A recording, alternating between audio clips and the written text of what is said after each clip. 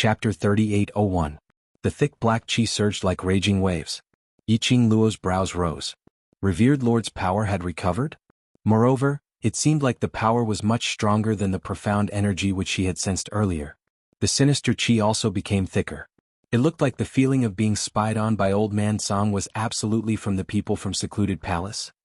Could it be the mastermind behind Secluded Palace? Yiqing Luo squinted her eyes slightly as her lips curled into an eerie arc.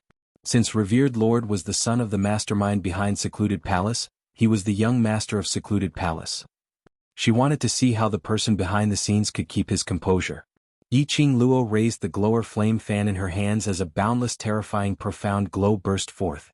Following the explosion of the profound glow, her figure was like a blossoming flame, or like an arrow leaving the bow as she leapt forward. The sky full of thick black chi was instantly covered by the demonic red glow. The 5 battle pets seemed to be in agreement with their master's display of might as they gave off a sharp and clear beast howl. The entire space of consciousness was stirred up by invisible air waves, like the ripples on the calm lake surface as it started to undulate. Trying to attack. Do you think it's that easy? Revered Lord sneered as he looked at the scene in front of him.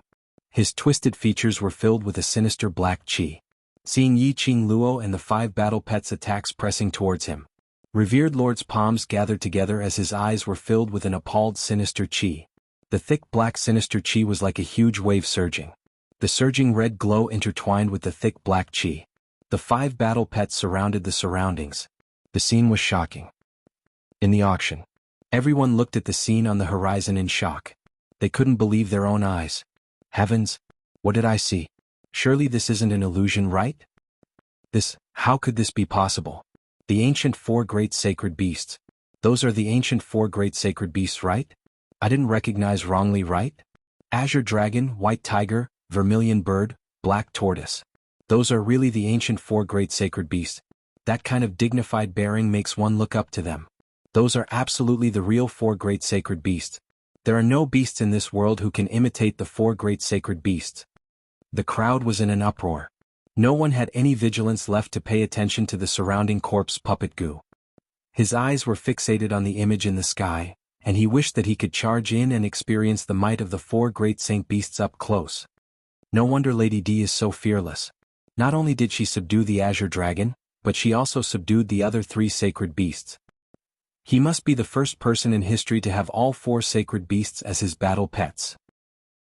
Rumor has it that the 4 great saint beasts were the loyal guards of the godly emperor.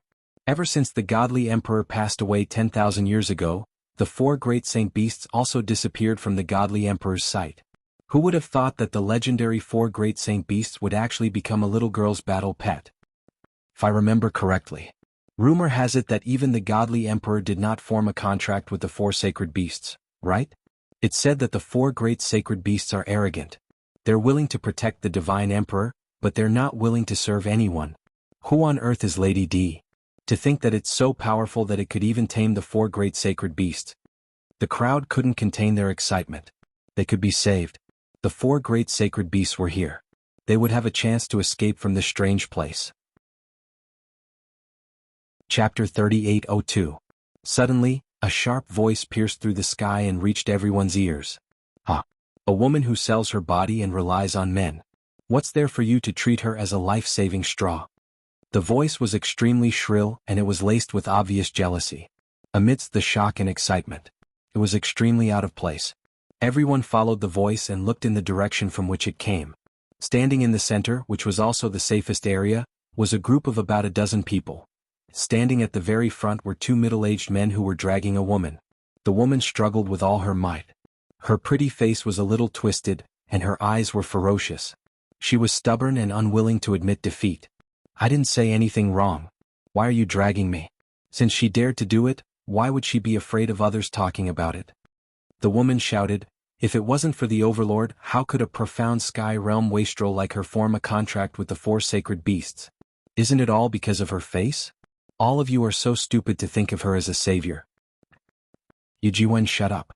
The woman's words became more and more rude. One of the middle-aged men raised his hand and slapped the woman. The woman's head was tilted. Blood seeped from the corner of her mouth. The middle-aged man's strength was obvious. After that slap, The middle-aged man looked at the woman with a complicated expression. He looked at his hand and the woman's swollen cheek. He wanted to say something. But when he caught a glimpse of the people around him, he suppressed the complicated feelings in his heart. He suppressed the complicated feelings in his heart and clenched his fists. He snorted heavily and turned his head away, refusing to look at her. Manager you, how dare you hit me? The woman covered her face. Her eyes were filled with viciousness as she glared at the middle-aged man's back. Another middle-aged man immediately advised in a low voice, "Third Miss Yu, calm down. Now is not the time to be impulsive." Calm down? What's wrong with me? The woman. Yu Jiwen shoved the middle-aged man hard. Second Steward Yu, don't think that just because the two of you are representing the Yu family at the auction, you can point fingers at me and tell me what to do. This young lady is the real master of the Yu family. Second Steward Yu's face darkened as Yu Jiwen pointed at his nose and scolded him. It was especially so for the cultivators from the various great powers in the surroundings. Their gazes were filled with schadenfreude as they looked at them. Furthermore, he looked at Yu Jiwen as if he was looking at a fool. The two stewards felt a little embarrassed. He even began to regret bringing Yu Jiwen to the auction. Unable to accomplish anything, but only capable of ruining things. However, there was one thing that was right. Compared to them, Yu Jiwen was the real master. Second Steward Yu suppressed the anger in his heart and comforted Yu Jiwen. Third Miss Yu, our Yu family has already lost nearly 100 elites.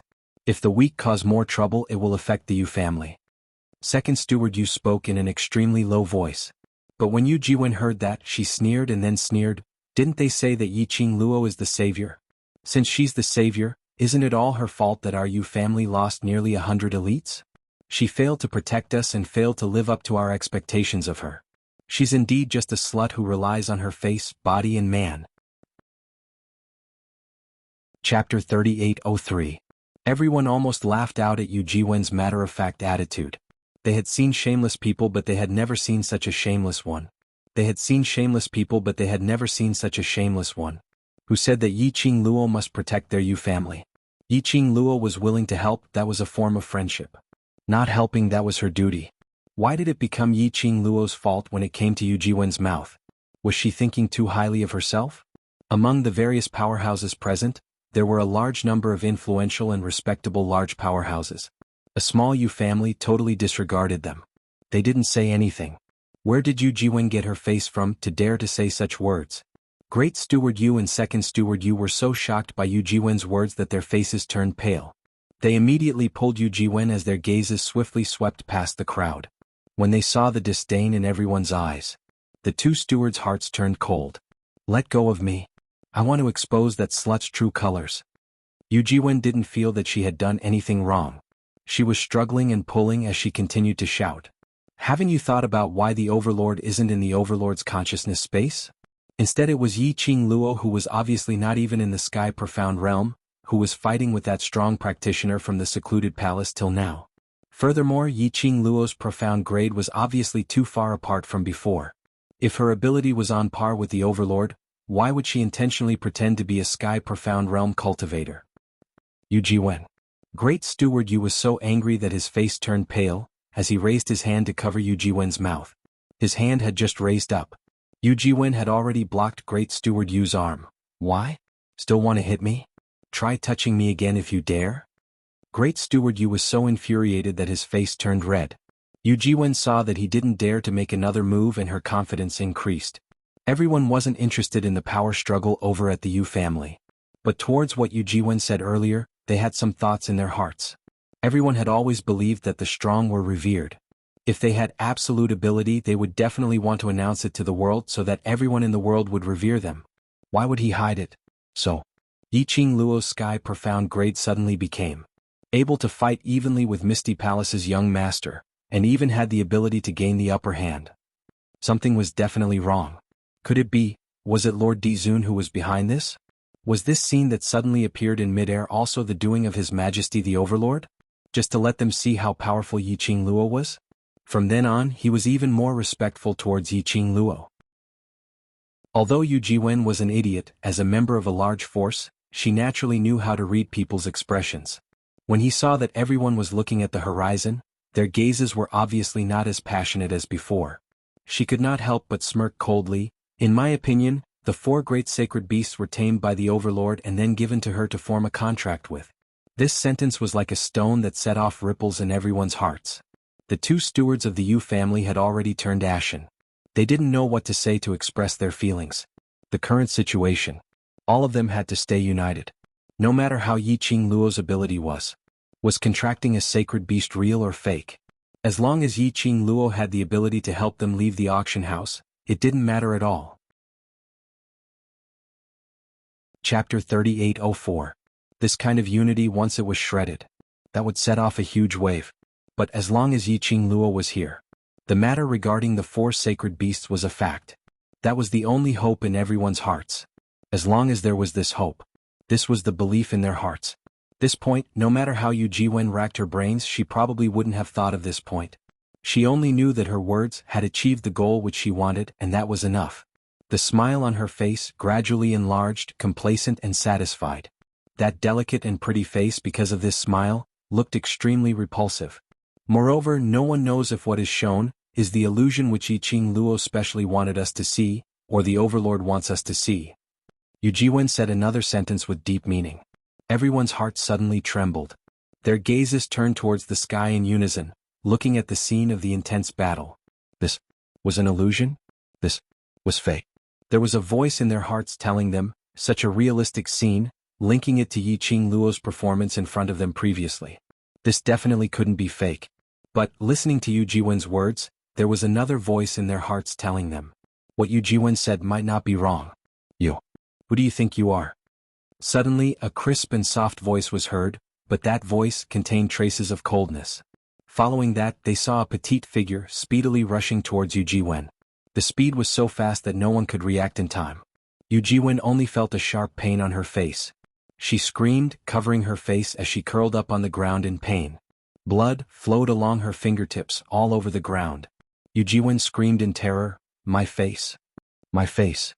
My face!" She was on the verge of breaking down as her voice was hoarse and sharp. But her hands were unable to cover the blood which seeped out from her face. "Ah, slut! You slut!" Yu Jiwen felt the blood rolling down her face, that thick liquid, warm and moist. Yu Jiwen was on the verge of breaking down. "Who do you think you are? How dare you slander Kitty's big sister?"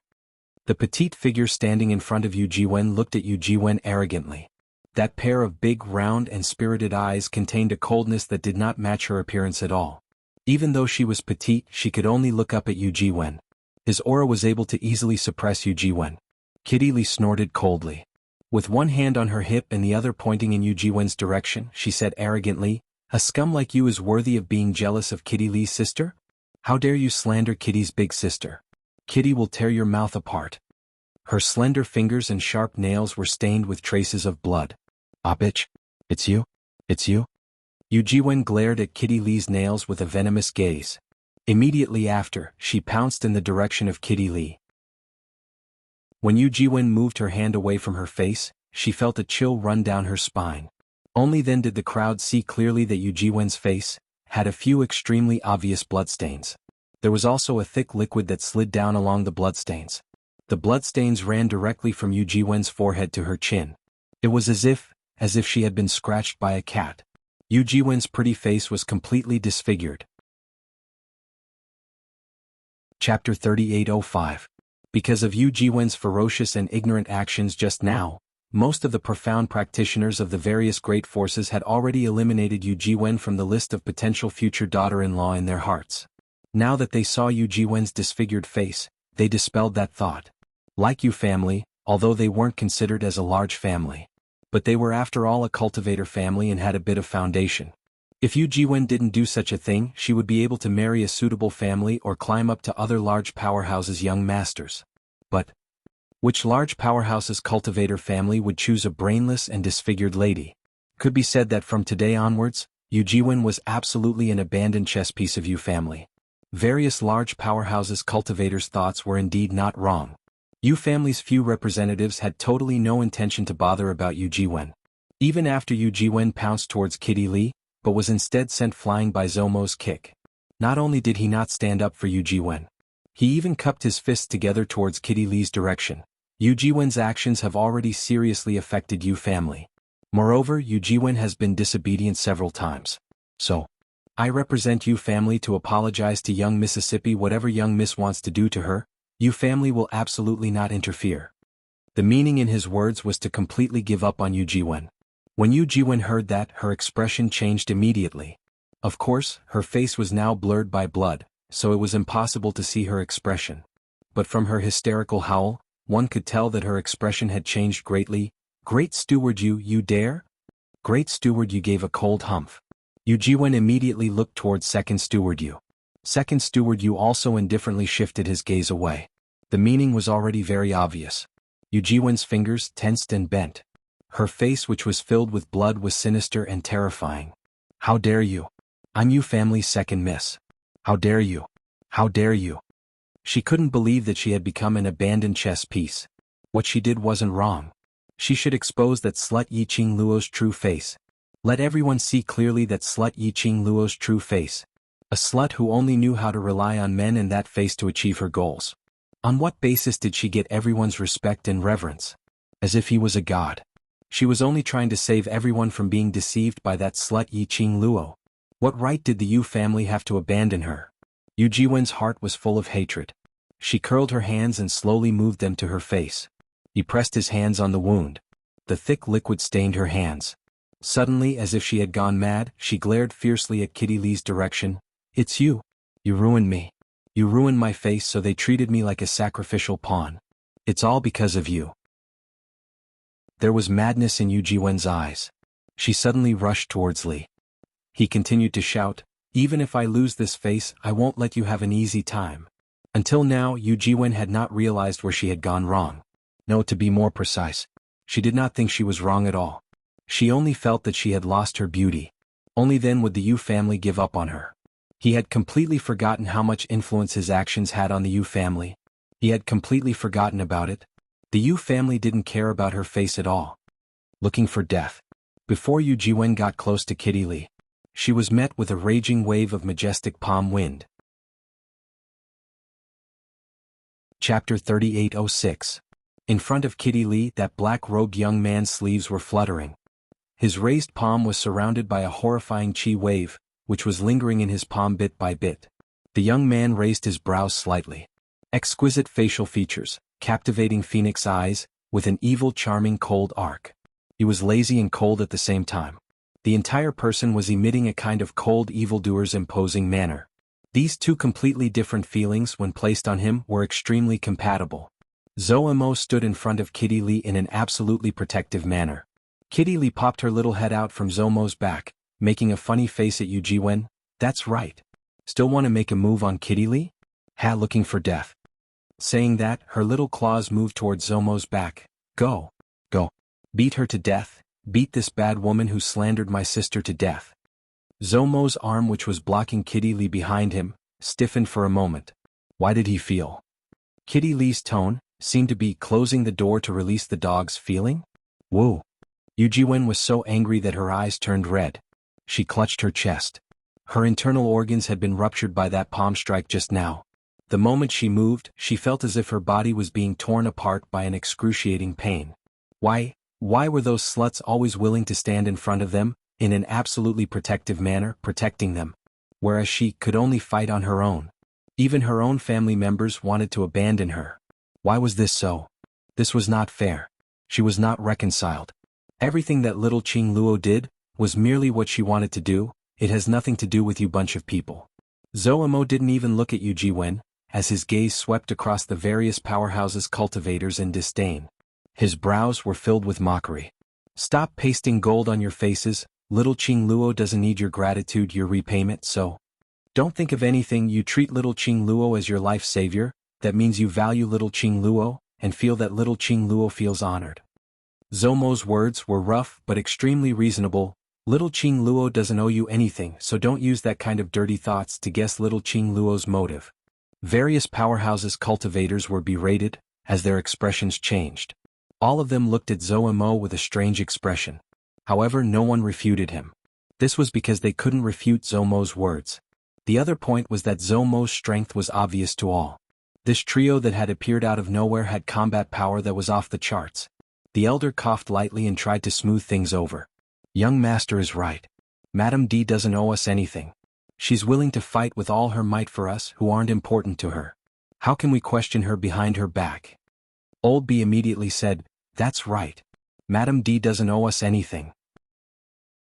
How could we slander Lady D behind her back? Suspect Madame D? Besides, if the Emperor Madame was really an ordinary woman, why would the Overlord fall in love with her? A woman who can catch the eye of His Majesty must be the most beautiful woman in the world. These words of flattery caused Kitty Lee's expression to soften considerably. This was a step. The profound practitioners of the various great powers naturally followed this route. One by one they shook their heads in guilt, expressing that they shouldn't have suspected Yi Qing Luo etc. These remarks reached Yu Jiwen's ears. Chapter 3807. She had finally managed to incite the crowd. She had finally exposed Yi Qing Luo's true colors. Because of this she was even disfigured and even abandoned by the Yu family. In the end she was unable to cause any harm or influence to Yi Qing Luo. Then what did all her sacrifices amount to? Yu Jiwen's heart was boiling with anger. She was unable to walk out from her own anger and her own world. Ah! Yu Jiwen hugged her head as she screamed hysterically, filled with unwillingness, venting the anger in her heart. However, the current Yu Jiwen, no one wanted to bother about her and no one wanted to bother about her. What a joke. Yu Jiwen was obviously not on good terms with the Imperial Madam. At this critical juncture, if anyone showed a different attitude towards Yu Jiwen, they would definitely be punished. Would that mean standing on Yu Jiwen's side and going against the Imperial Madam? Who would be so silly? Sacrificing herself for a fool who didn't know how to read the situation? Yu Jiwen hugged her head as she screamed.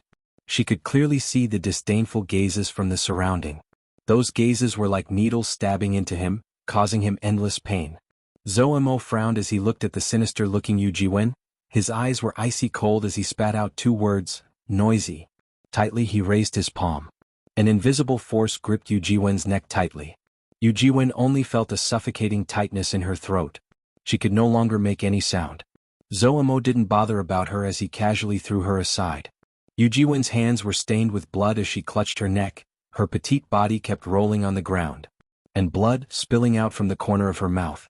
She opened her mouth but not a single word came out. Look. Quickly look.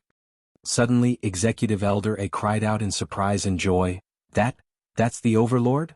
When they heard the words, Overlord, almost everyone's action was to raise their heads at the same time, looking at the image in the sky. Although, from Yu Jiwen's words, they had some doubts as to whether the image they saw was real or fake. Moreover, this was the Overlord's consciousness space. Why hadn't they seen the Overlord from the start till the end? Now that they heard the Overlord appeared in the image. Everyone's hearts were boiling. The moment everyone looked up, he only managed to catch a glimpse of a purple-clothed figure that disappeared in a flash. Although it was only for an instant. But everyone was extremely certain that it was Dmo Xian, the Overlord without a doubt. Because in this world, only the D-Zun alone could make people feel like 10,000 years with just a glance. But some people raised their heads a little too late. He did not see the figure that disappeared in a flash like a banished immortal. However, he saw an even more shocking scene. In an instant, some profounders exclaimed with surprise. Look over there. The Emperor's wife was indeed the Emperor's wife. Yu Empyrean doesn't have any leeway to retaliate at all. 4 great saint beasts, and 1 more beast. Even Lord D-Zun would have a headache dealing with such combat power. We have the upper hand. We have a chance to leave the auction. Zhou Mo and the others heard the discussions of the crowd. Zhou Mo's face was filled with displeasure. Chapter 3808. This was indeed the human heart. That was the only way they would feel better in their hearts. If they successfully left the auction. To express their gratitude towards Yi Qing Luo. Or perhaps, as what Zhou Mo said earlier, he felt that what Yi Qing Luo was doing now was merely what she wanted to do. This had nothing to do with them. Then they could enjoy others' efforts with a clear conscience.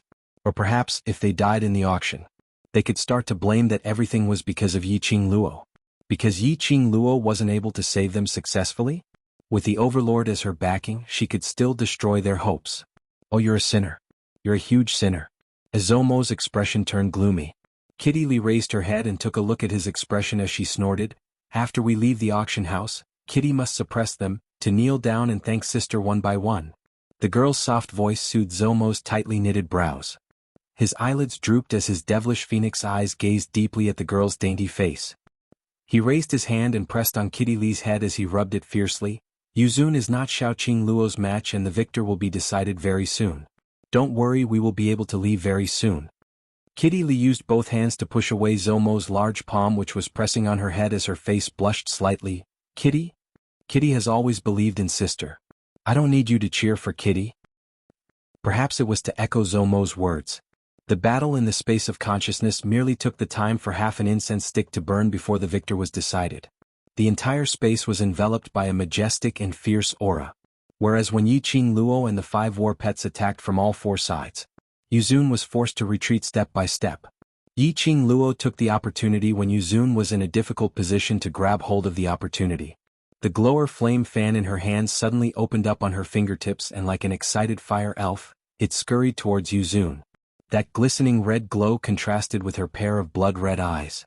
The young lady's eyes were filled with a deep and bottomless serene look. It was impossible to tell what the young lady was thinking.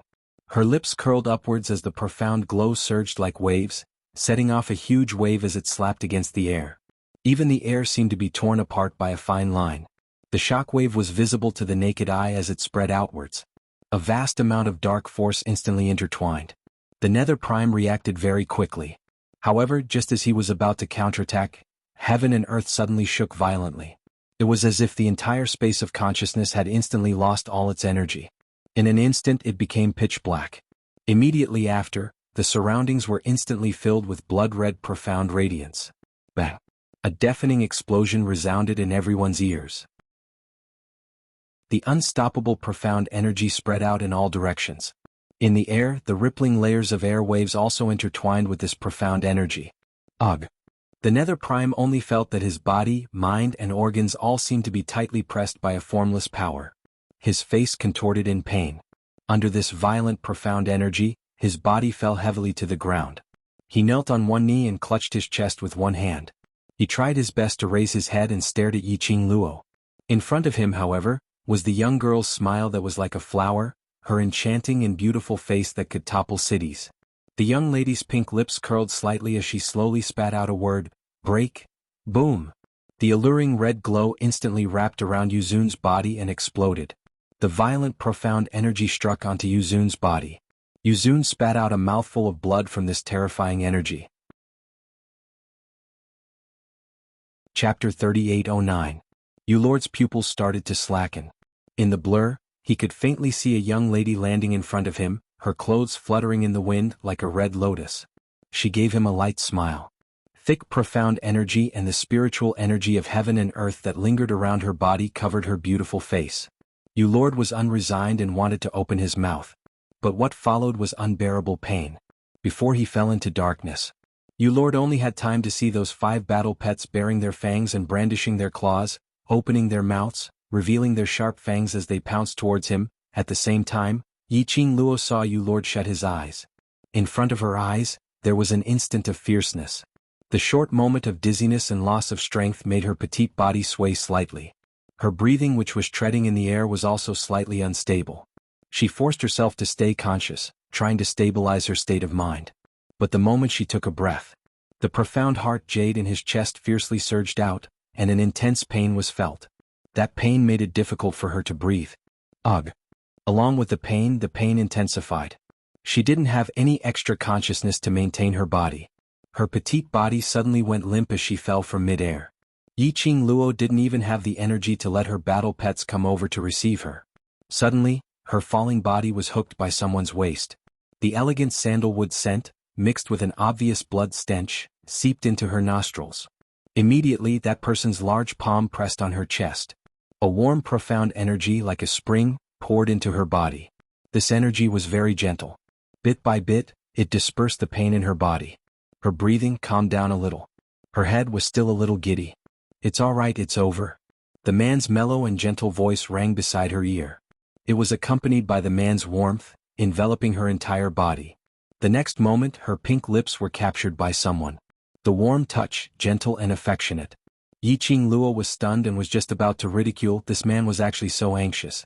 She had just ended the battle, covered in blood and in a state of exhaustion, but he still didn't forget to take advantage of her. However, the medicinal fragrance that floated into her mouth made her stop vomiting. The man used his tongue to push the pill into her mouth and left her lips. His broad and warm palm gently covered her head. The pill entered his throat and entered his body. Yiqing Luo smiled, her pale face was filled with weakness. Between her slightly open brows, there was a hint of coquettishness. Between the pupils, reflecting the man's magnificent beauty, she smiled even more happily. It seems that my body has really overloaded. With that, he sighed again. She raised her arm and hooked it around the man's neck. Didn't I say that I would let you enjoy the feeling of being protected by me?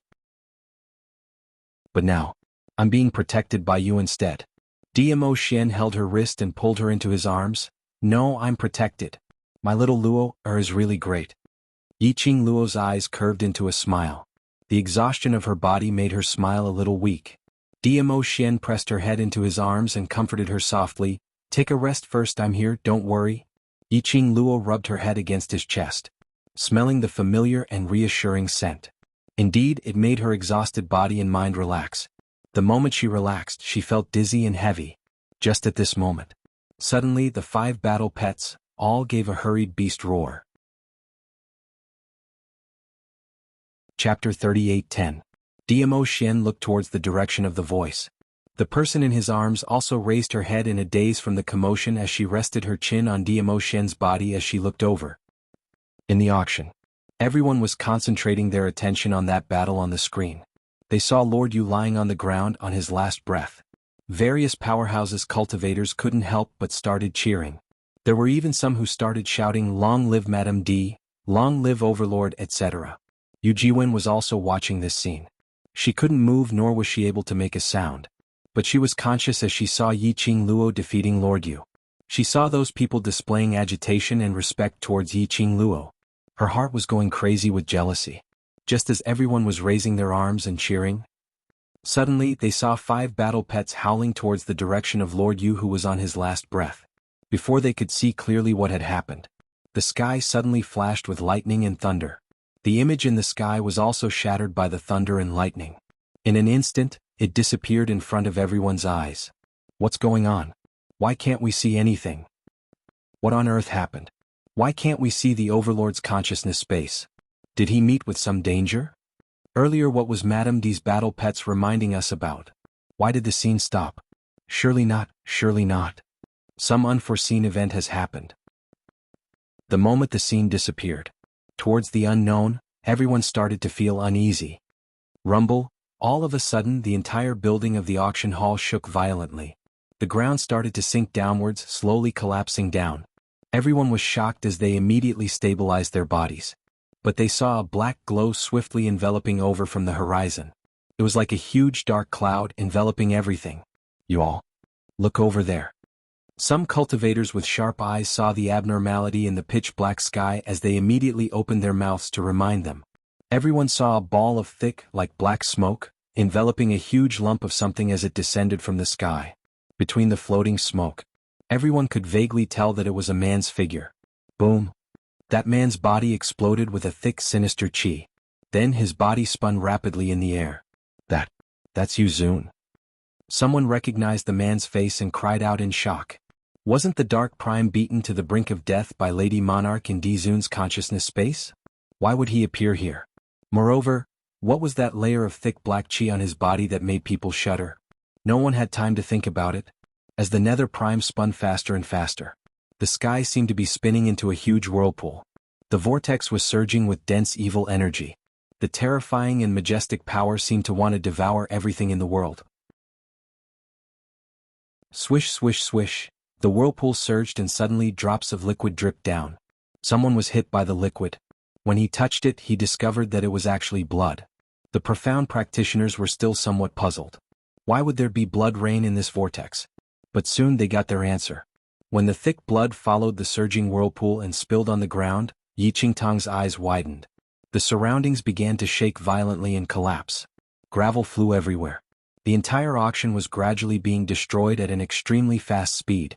The Palace of Gloomy Darkness actually used such a ruthless formation. Chapter 38:11.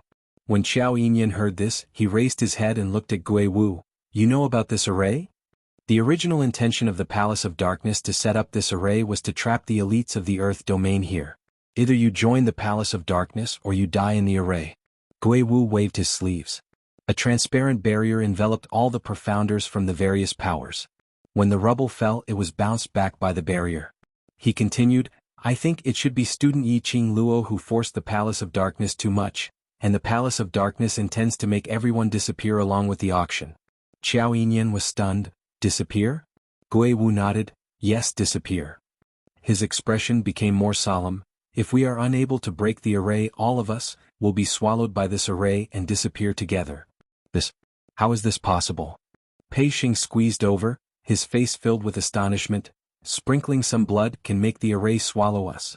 His blood is not an ordinary cultivator's blood, but a rare high-leveled cultivator's blood. Gui Wu said, moreover, the Palace of Darkness has always used a sinister forbidden secret art to set up this array, and using the blood as a medium to activate the array. Gui Wu's voice deepened.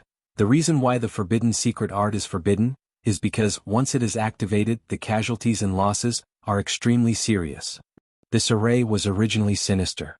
In all directions there were evil yin qi lingering around. Those whose minds were unstable would be affected by this evil yin qi. Now, with the addition of a high-leveled cultivator's blood as a medium, and using the forbidden art to activate the array, if they didn't break the array, then they could only be swallowed by this array. Gui Wu's voice wasn't loud, but it wasn't soft either. The various powerhouses' cultivators mostly heard some of it. All of their expressions changed. They looked at the huge stone buildings which fell from the sky in horror, and looked at the shaking and collapsing ground beneath their feet.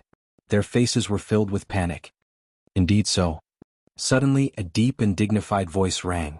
It was a very soft, very low voice, but it revealed a dignified manner which made one unable to help but bow down to it. Immediately, everyone saw that the sky which was covered by the thick black qi slowly revealed a gap. The profound light was like the blossoming sun, parting the clouds and seeping out. Two figures walked out from the light. It's the Overlord. And Madame D. The profound practitioners were wild with joy as they looked at the two people who had appeared. Their eyes flickered with the light of hope. Qiao Yinyan, Pei Xing, and the others immediately looked over. When he saw the red-clothed girl, her skirt fluttering in the wind, the dazzling light refracting under the dark light. His heart, which had been hanging in the air, was finally at ease. Previously through the images, he saw Yi Qing Luo falling into Dmo Xian's arms. They were all extremely worried. Now that he saw Yi Qing Luo safe and sound, they were finally relieved. The person who spoke just now was Dmo Xian. His gaze was deep as he looked at Yuzun, who was wrapped in thick black gas. His thin lips pursed slightly. This is going to be troublesome. The girl beside him raised her head slightly. Her slightly pale face carried a noble and elegant smile like that of a fairy from the 9 heavens. Chapter 38:12. Dmo Xian's eyes drooped as he looked at Yi Qing Luo lovingly. Yi Qing Luo's brows rose as she met his gaze with a smile. You're so noble and bright, but that person is a rat in the gutter, how can you be compared? Dmo Xian's brows overflowed with a smile as his voice was deep and magnetic. What Madame said is extremely true. The word Madame made Yi Qing Luo's cheeks blush slightly. Her heart was thumping uncontrollably. Even the fatigue on her body had dissipated by quite a bit. The two of them landed outside the enchantment which Gui Wu and the others had conjured. Gui Wu took a look at Yi Qing Luo and frowned as he asked, "What's going on?" Yi Qing Luo shook her head, expressing her daze. Speaking of what was going on, she was also very curious about what had happened. At that time she was exhausted and rested in Dmo Xian's arms for a while. Then she heard her little companion's warning howls. She and Dmo Xian looked towards the direction of the sound. They were only able to see. Yuzun, who had no strength to resist, was actually swept away by a ball of dense evil qi. That gust of evil qi, without any warning, dashed out of Dmo Xian's consciousness space. She and Dmo Xian rushed out of the consciousness space in time, only to see this scene in front of them. Your body? Gui Wu's brows creased even tighter. Yi Qing Luo smiled as she interrupted his words. I'm fine, just exhausted, too much energy. I'll be fine after a short rest. She glanced sideways and looked at Dmo Xian's side profile as she said half jokingly and half seriously, I'm someone who wants to protect my man, I won't fall so easily. Diamo Xian's large palm hugged her tightly. Can you stop showing off your affection at this critical juncture? Zouamo rolled his eyes. Yiqing Luo glanced at him sideways. You make it sound like, at this critical juncture, you didn't pull my kitty to show off your affection? She took a glance at Zouamo's hand which was wrapped around Kitty Lee's waist. Kitty Lee was like an exploding kitten as she suddenly bounced out from Zouamo's arms. Her little body immediately dashed towards Yiqing Luo's direction. Kitty Lee won't show off her affection with a frivolous man. Zouamo, who had lost his warm and fragrant body. Damn it, I shouldn't have said so much. Yiqing Luo smiled as she stroked Kitty Lee's little head, then raised her head and looked at the array barrier, at those cultivators who were looking at her and Diamo Xian with a hopeful expression. His gaze finally landed on the executive elder. Our top priority now is to break this formation and leave the auction. Yiqing Luo opened her mouth and her tone was very steady and extremely dignified. Moreover, we don't have much time left. This auction will be swallowed up very soon, and if we are not able to break the array before it is completely swallowed up, then all of us will be buried along with the auction. The profound practitioners of the various great forces gritted their teeth. We will definitely cooperate with the Imperial Madam if you have any ideas. I don't have a solution. When Yiqing Luo said this sentence, everyone's eyes were filled with disappointment. However, her next words immediately followed. However, there will soon be a way to break out of the formation. But before that, I want all of you to protect your own lives. The various powerhouses' cultivators' emotions were like a roller coaster. When they heard Yiqing Luo's last sentence, all of them were almost touched. Chapter 38:13. Yiqing Luo didn't want their gratitude. If you can't even protect your own life, then you deserve to die here. The profound practitioners of the major forces all wore different expressions on their faces. She was embarrassed and embarrassed. Alright, they thought too highly of themselves. They really thought that Yiqing Luo was worried about them. Yiqing Luo ignored their thoughts. She stood side by side with Diamo Xian, looking at Yuzun who was wrapped in black qi. Blood was still splattering. It was as if it wanted to suck all the blood from the Dark Lord's body dry. She frowned slightly and asked in a low voice, Yuzun is the young master of Tenyu Palace. Are the people behind Tenyu Palace really willing to sacrifice their own son? Over at the Palace of Secluded Darkness, would there be the so-called willing and unwilling emotions? Diamo Xian lowered his eyes to look at her, his thin lips raised slightly. Yiqing Luo shook her head. No. It was said that even a vicious tiger would not eat its cubs. The people behind the scenes of the Dark Abyss Palace were inhumane. No matter what, they would protect their own son. Who could have thought that, in order to achieve his goal, he would even sacrifice his own son? I followed the mutated beasts and found the medium to control the corpse puppet goo. Through that medium, I think, I should be able to find the formation core. Yiqing Luo recalled what had happened before she was forcefully dragged into the consciousness space by Yuzun. She held onto Diamo Xian's arm. Ah Xian, let's go over there to take a look. Diamo Xian looked at the young lady's extremely pale face, his brows were filled with heartache. Can you hold on? Yiqing Luo smiled at him. Even you can hold on, I'm just a little tired, so naturally I can hold on. Diamo Xian's eyes flickered slightly. Don't even think of rebutting. Yiqing Luo raised her hand and her slender fingers gently pressed on his chest. Her fingertips slowly circled around his chest. The smell of blood on your body can't be concealed. Diamo Xian was injured. This was something that Yiqing Luo knew from the start. And then, because of her, Diamo Xian suffered another palm strike. The injuries on his body were not lighter than hers. Diamo Xian's eyelashes trembled slightly. He smiled faintly and then sighed as if there was nothing he could do. His shimmering peach blossom eyes seemed to be filled with a pool of spring water, extremely doting. The girl also raised her head slightly, and her long and narrow eyes curved upwards, outlining an exquisite and flirtatious flower pattern. Her red dress made her look even more like a blazing sun. The two of them stared at each other. The entire atmosphere of the battlefield was filled with danger. They were all affected by the atmosphere. It was as if they could only see each other in this world. It could no longer accommodate anyone else. When Zhu Wuxin followed the aura and rushed over, this was the scene he saw. His hurried footsteps suddenly came to a halt. His pitch-black eyes stared fixedly at the picturesque scene in front of him. The rare irritation on his face slowly disappeared from his eyes. He just looked at Yiqing Luo. He looked at the gentleness in the girl's eyes and the obvious love. There were no ripples in his eyes. However, his entire body exuded a gloomy and sorrowful aura that no one could ignore. After a long while, he clenched his fists. He allowed his nails to embed into his palm. Red Clarity Pavilion. Pavilion Master. Suddenly, someone cried out in surprise with a tone of reverence. This voice attracted quite a number of people's gazes. Qiao Yinyan and Pei Xing also looked over. Chapter 38:14. From that image, when he saw the battle between Yiqing Luo and Lord Yu, Qiao Yinyan started to suspect Zhu Wuxian. But when Qiao Yinyan walked closer to Zhu Wuxian, he saw the emotions which he couldn't restrain in time. The words which were at the tip of his tongue were stuck in his throat. What kind of gaze was that? He couldn't use words to describe it. More accurately, very few people were able to see the extremely faint emotions in Zhu Wuxian's eyes. Only those who had the same experience were able to see the emotions under the calmness. Right? Aren't you with Luo? Why did you only appear now? Pei Xing followed closely behind. His dark golden eyes were filled with displeasure as he looked at Zhu Wuxian. Qiao Yinyan raised his hand, blocking Pei Xing's interrogation. He raised his eyes and saw the sweat on Zhu Wuxian's forehead. He should be very anxious. To be able to make the legendary mysterious powerhouse, Red Clear Pavilion's Pavilion Master sweat and pant slightly. It was enough to prove that Zhu Wuxian had rushed over at the fastest speed after he sensed Yiqing Luo's presence. His concern towards Yiqing Luo was no less than theirs. Moreover, in the depths of Zhu Wuxian's eyes, that undetectable emotion. It was obvious that Zhu Wuxian had feelings for Yiqing Luo. What were you doing earlier? Did you see the image of Luo in the space of consciousness? Qiao Yinyan asked. Zhu Wuxian's gaze didn't shift away from Yiqing Luo. His thin lips moved slightly as he replied, I saw it.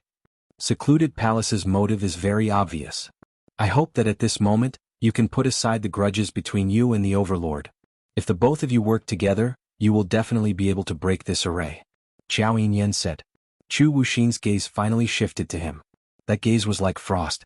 Qiao Yinyan's brows creased tightly, but he wasn't scared off by that gaze as he persisted. The battle in the space of consciousness has already exhausted Luo's energy. You also want to end this chaotic battle earlier, right? If we drag on, this auction will be swallowed by the array. All of us will die here, including Luo. Qiao Yinyan specially added the last 4 words. But he didn't get Zhu Wuxian's reply. He pursed his lips and was about to speak. The red-robed man turned around and walked towards Yiqing Luo and Diamo Xian's direction. Before he left, he said, There's no need for him. I alone am enough. He didn't need a venerable sovereign. Qiao Yinyan was startled as he looked at Zhu Wuxin's back. He was in a trance for a moment. It was as if his memories had returned to a long time ago, the memories that he had sealed away. The surrounding cultivators' exclamations naturally attracted Yiqing Luo's attention. Yiqing Luo naturally detected Zhu Wuxian's approach. She gently stroked Diamo Xian's hand, motioning him not to be jealous. He quickly turned around and looked at Zhu Wuxin. Do you still remember the position of that vine just now? If we follow that direction, we might be able to find the eye of the formation. Yes.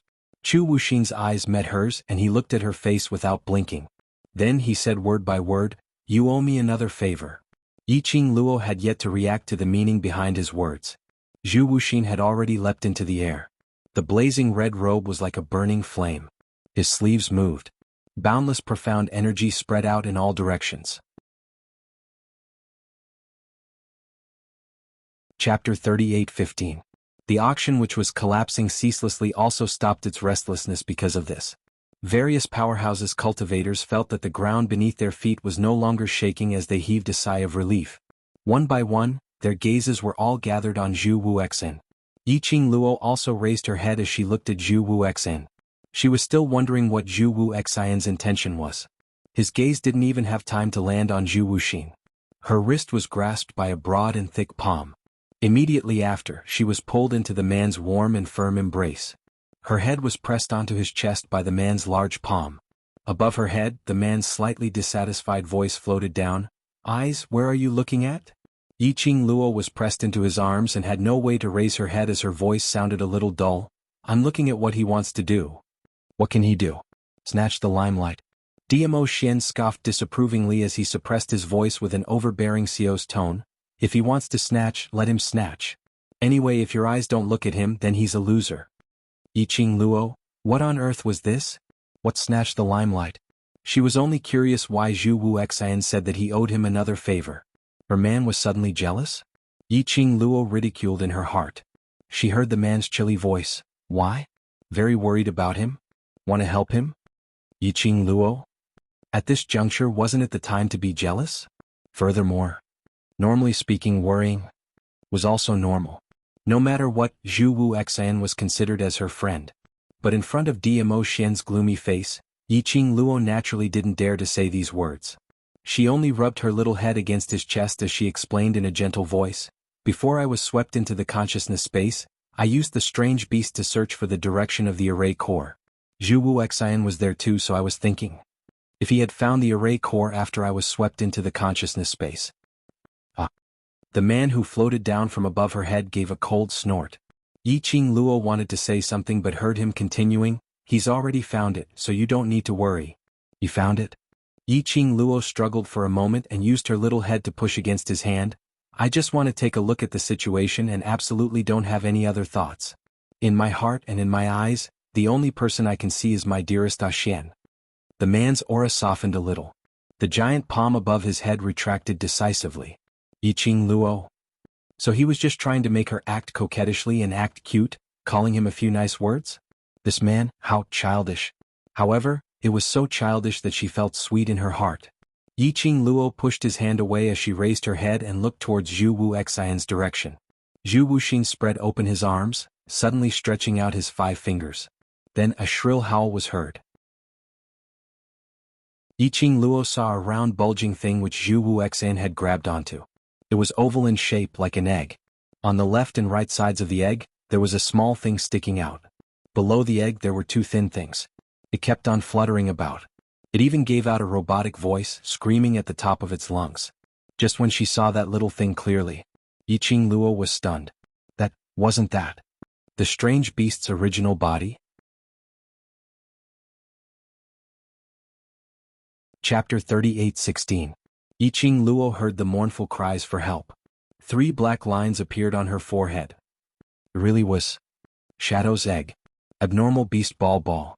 Why did it turn into its original form and was caught by Zhu Wuxian? What did Zhu Wuxian want to do by catching the strange beast? She was still wondering. A man's light voice was heard from behind. He should be intending to make use of the strange beast to find the direction of the array eye. Yiqing Luo was stunned. What do you mean? Now that the array has been activated in advance because of Lord Yu's blood, in order to find the array eye, we need to make use of the strange beast's characteristics. Dmo Xian said, but under this kind of profound cultivator's blood and secret arts, as long as the strange beast touches the array eye, I'm afraid it will be swallowed by the evil qi. Yiqing Luo's pupils suddenly widened. That was Shadow's contracted war pet. Moreover, the mutant beast had come here to help her. She immediately dashed towards Zhu Wuxian's direction. Zhu Wuxian, wait. The young lady's clear voice made Zhu Wuxian's body stiffen. Immediately after, the strange beast in his hand was scooped over by the young lady. Wah, heroine. That scared the ball. The strange beast was so frightened that it pounced into Yiqing Luo's arms and wailed loudly. That mechanical voice sounded a little ear-piercing when it cried. Yiqing Luo grabbed the ball's thin hand and hung it up. Don't cry. Be quiet. The strange beast twitched, feeling aggrieved. It almost became a test subject and yet it didn't cry. This was too much of a bully. Yiqing Luo raised her head and looked at Zhu Wuxian. This ugly beast is my friend's war pet. Moreover, these strange beasts specially rushed over to help me. Although they are ugly, but we can't use their lives to find the array eye. Originally those strange beasts looked at Yiqing Luo gratefully. When they heard Yiqing Luo's sentence, the oval-shaped sharp tips started to emit a dark and heavy qi. Don't ask her how she could tell gratitude from an egg. Anyway, she could tell. Zhu Wuxian's action was stopped. He frowned slightly and looked at her with heavy eyes. It can draw out the eye of the array. It can help, but it cannot harm your life. This was Yiqing Luo's bottom line. If she used the lives of her companions who had come to help her in exchange for a chance for her to live, then she would not be able to do so. She definitely couldn't do it. Zhu Wuxian pursed his lips as he stared at Yiqing Luo for a long time before replying coldly, "Up to you." Then he turned his head. He fiercely clapped his hands forward, and a majestic wave of profound energy, like a surging wave, smashed away the surging black energy. The Nether Prime's body, which was wrapped in the black aura, also shook for a moment. Then Chu Wuxin sent out a palm strike. From somewhere, a vine covered in countless tiny wormholes landed in Zhu Wuxin's palm with a whoosh. Chu Wuxin grabbed the vine and wrapped it around his wrist. Then he exerted his strength. In the void, a figure appeared out of nowhere. The figure let out a blood-curdling scream. Very quickly, Zhu Wuxin followed the vines and grabbed it in his hand. Everyone then saw it clearly. The person Chu Wuxin was grabbing was a slender figure with a protruding mouth and monkey cheeks. He looked like a long-term malnourished old man with a body full of bones. What made everyone most shocked was the other end of the vine which Chu Wuxin was grabbing was connected to the old man's body. That's right. It was the body. That vine had drilled out from the old man's body. Dethroned 7 Emperors, 2nd Anniversary Event Details. Please see the pinned notice in the book comments section. Book Friend Circle. All babies are welcome to participate. Moi.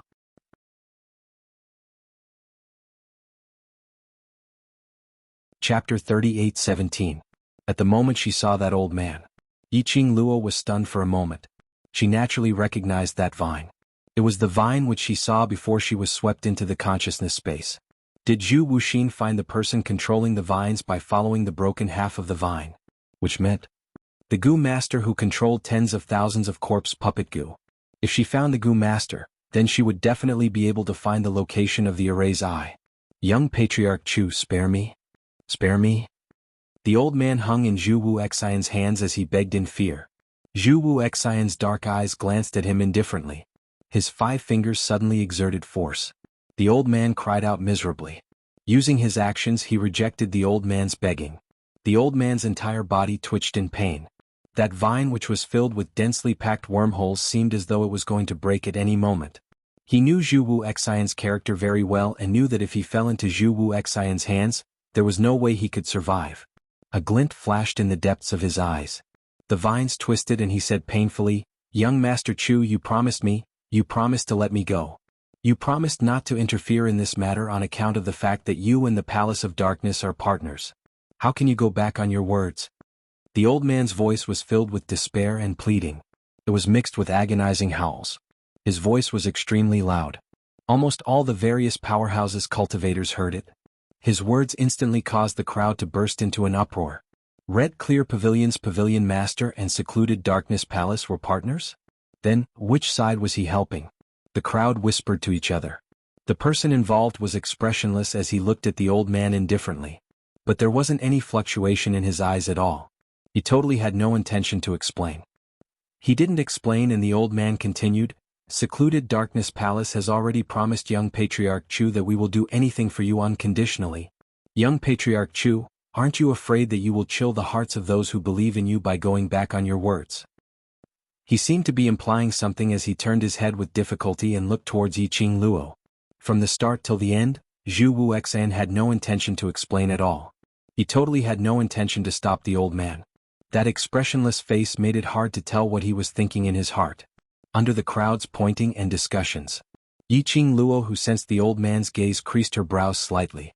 There were already people who were unable to restrain the terror in the depths of their hearts, their brows tightly knitted as they shouted, "Hongqing Pavilion Master, shouldn't you give us a reasonable explanation? Since you're from the Dark Palace, why are you here? We thought you were here to help us."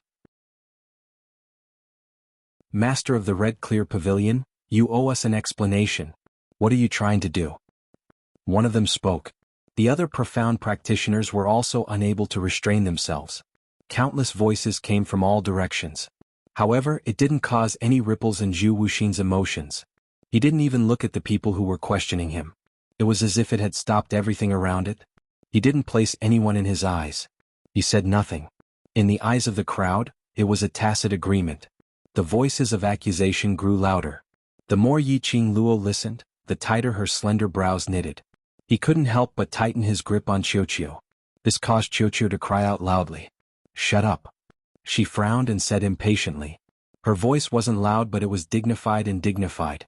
She was obviously saying it to Qiuqiu. But it made the surrounding voices of discussion to quieten down completely. Hearing her voice, Zhu Wuxin, who had been indifferent all this while, lifted his head and looked at her. Meeting Zhu Wuxian's gaze. Chapter 38:18. Since she had already suppressed everyone's voices, she might as well go along with the current silent atmosphere as she calmly looked at the old man. You said, Zhu Wuxian agreed to spare your life? The old man saw her reaction and immediately cried out loudly, he's a collaborator of Gloomy Palace and he can go back on his words and lay his hands on me. Not to mention the two of you. Who knows, he might even bite you guys in return. When the old man finished his words, Zhu Wuxian's gaze had a slight change. Very faint, so faint that one couldn't detect it at all. His gaze looked at Yiqing Luo without blinking, as though he was waiting for her reaction. Yiqing Luo met Zhu Wuxian's eyes just like that. Following that, she slowly shifted her gaze onto the old man's face as her tone was calm and indifferent. Unfortunately, I don't believe a single word that you say.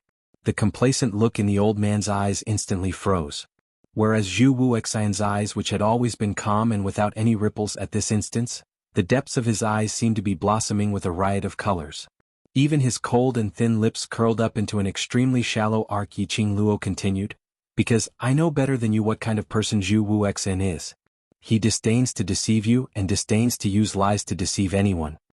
Her lips curled as her smile was filled with ridicule, using this kind of low-level instigation method, trying in vain to sow discord between Zhu Wuxian and me before you die. You've really put in a lot of effort.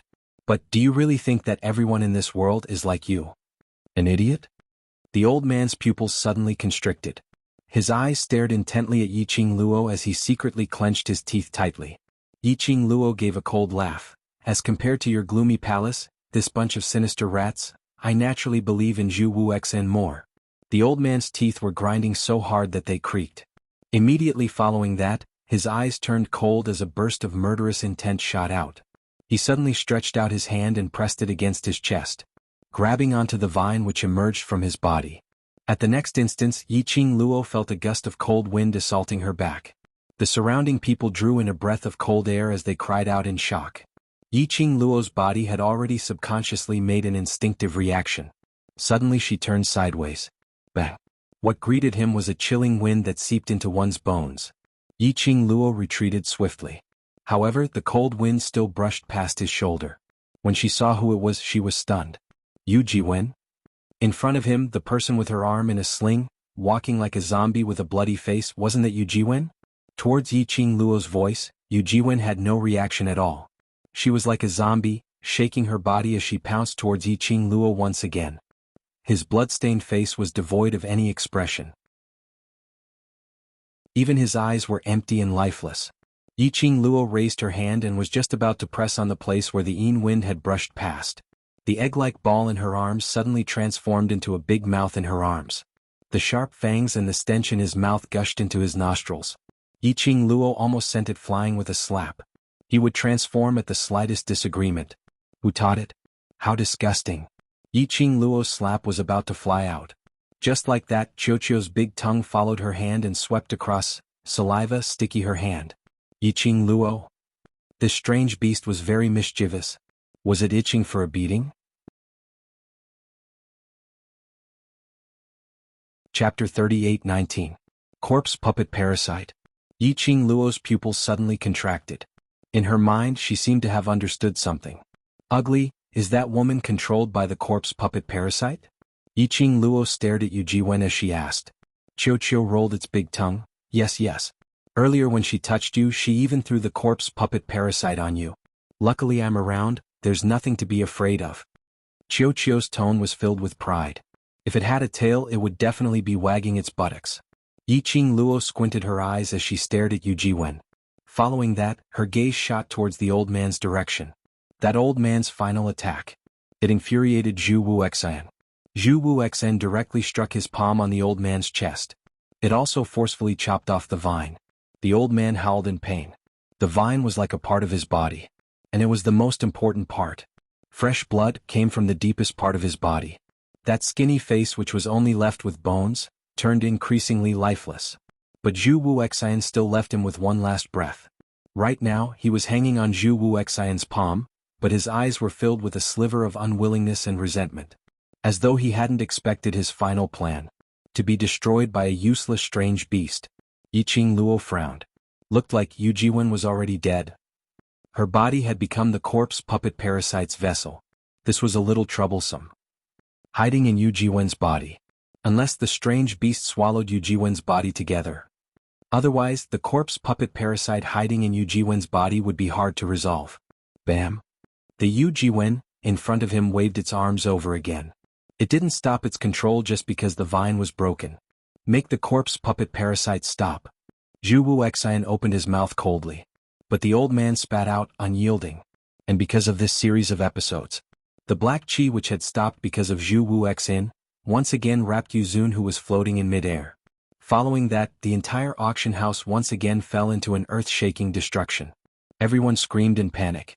Yiqing Luo was shaken by the surrounding airflow as her body was on the verge of collapse, unable to stand stably. Yu Jiwen was still attacking her.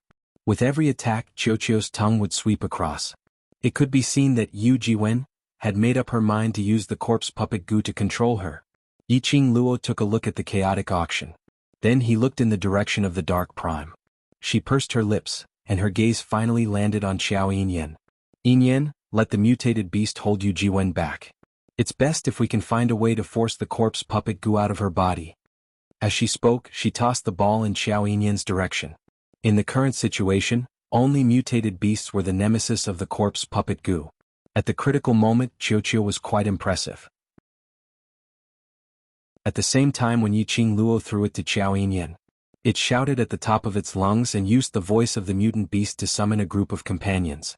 More than a dozen mutant beasts surrounded Yu Jiwen. Yiqing Luo took the opportunity and speedily headed towards Zhu Wu Xian's direction. The moment she moved, his wrist tightened. She was pulled back by the man's arm. Her petite body crashed into Dmo Xian's arms. She heard the man's low and hoarse voice. Why? Still intending to run towards him? Yiqing Luo raised her head and met the man's deep eyes. We must force the direction of the array core from that old man's mouth. Chapter 38:20. Yiqing Luo, this was not the time to be jealous, was it? However, Dmo Xian's peerless countenance was very indifferent, even his voice was a little low and dull. He lowered his head and rested his chin on the girl's shoulder. What? You can't explain it? Yiqing Luo felt that this voice was very cold. It was so cold that she was shivering. Yiqing Luo raised her head and met Dmo Xian's indifferent gaze. She didn't quite understand what Dmo Xian meant. Generally speaking, Dmo Xian's expression of jealousy belonged to him acting coquettishly and seeking to be appeased. But he would never disregard the occasion and the situation. Because of the trust between them, there was no need for any words or words at all. Therefore she would cooperate with him and say what he liked and wanted to hear. But this time, Dmo Xian's emotions were obviously not quite right. His almond-shaped eyes, which had always shone brightly, were now covered with a very, very thin layer of mist, making it impossible to see his emotions.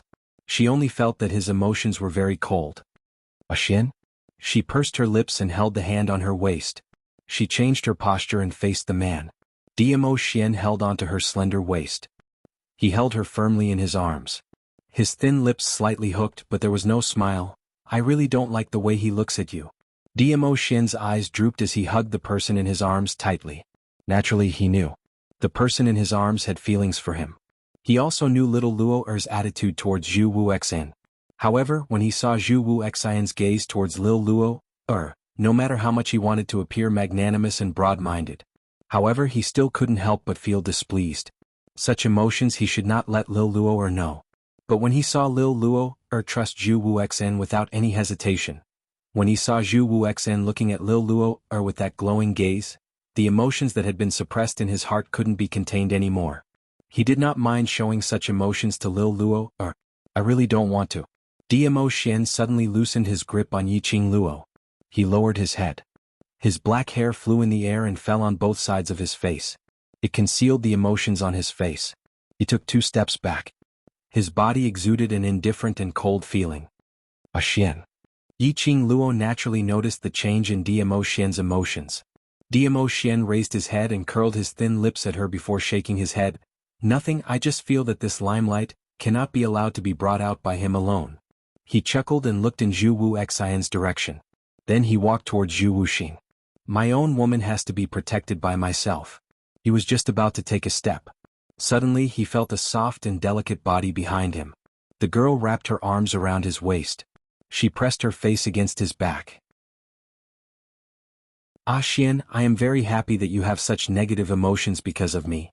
The girl's voice was very soft and gentle.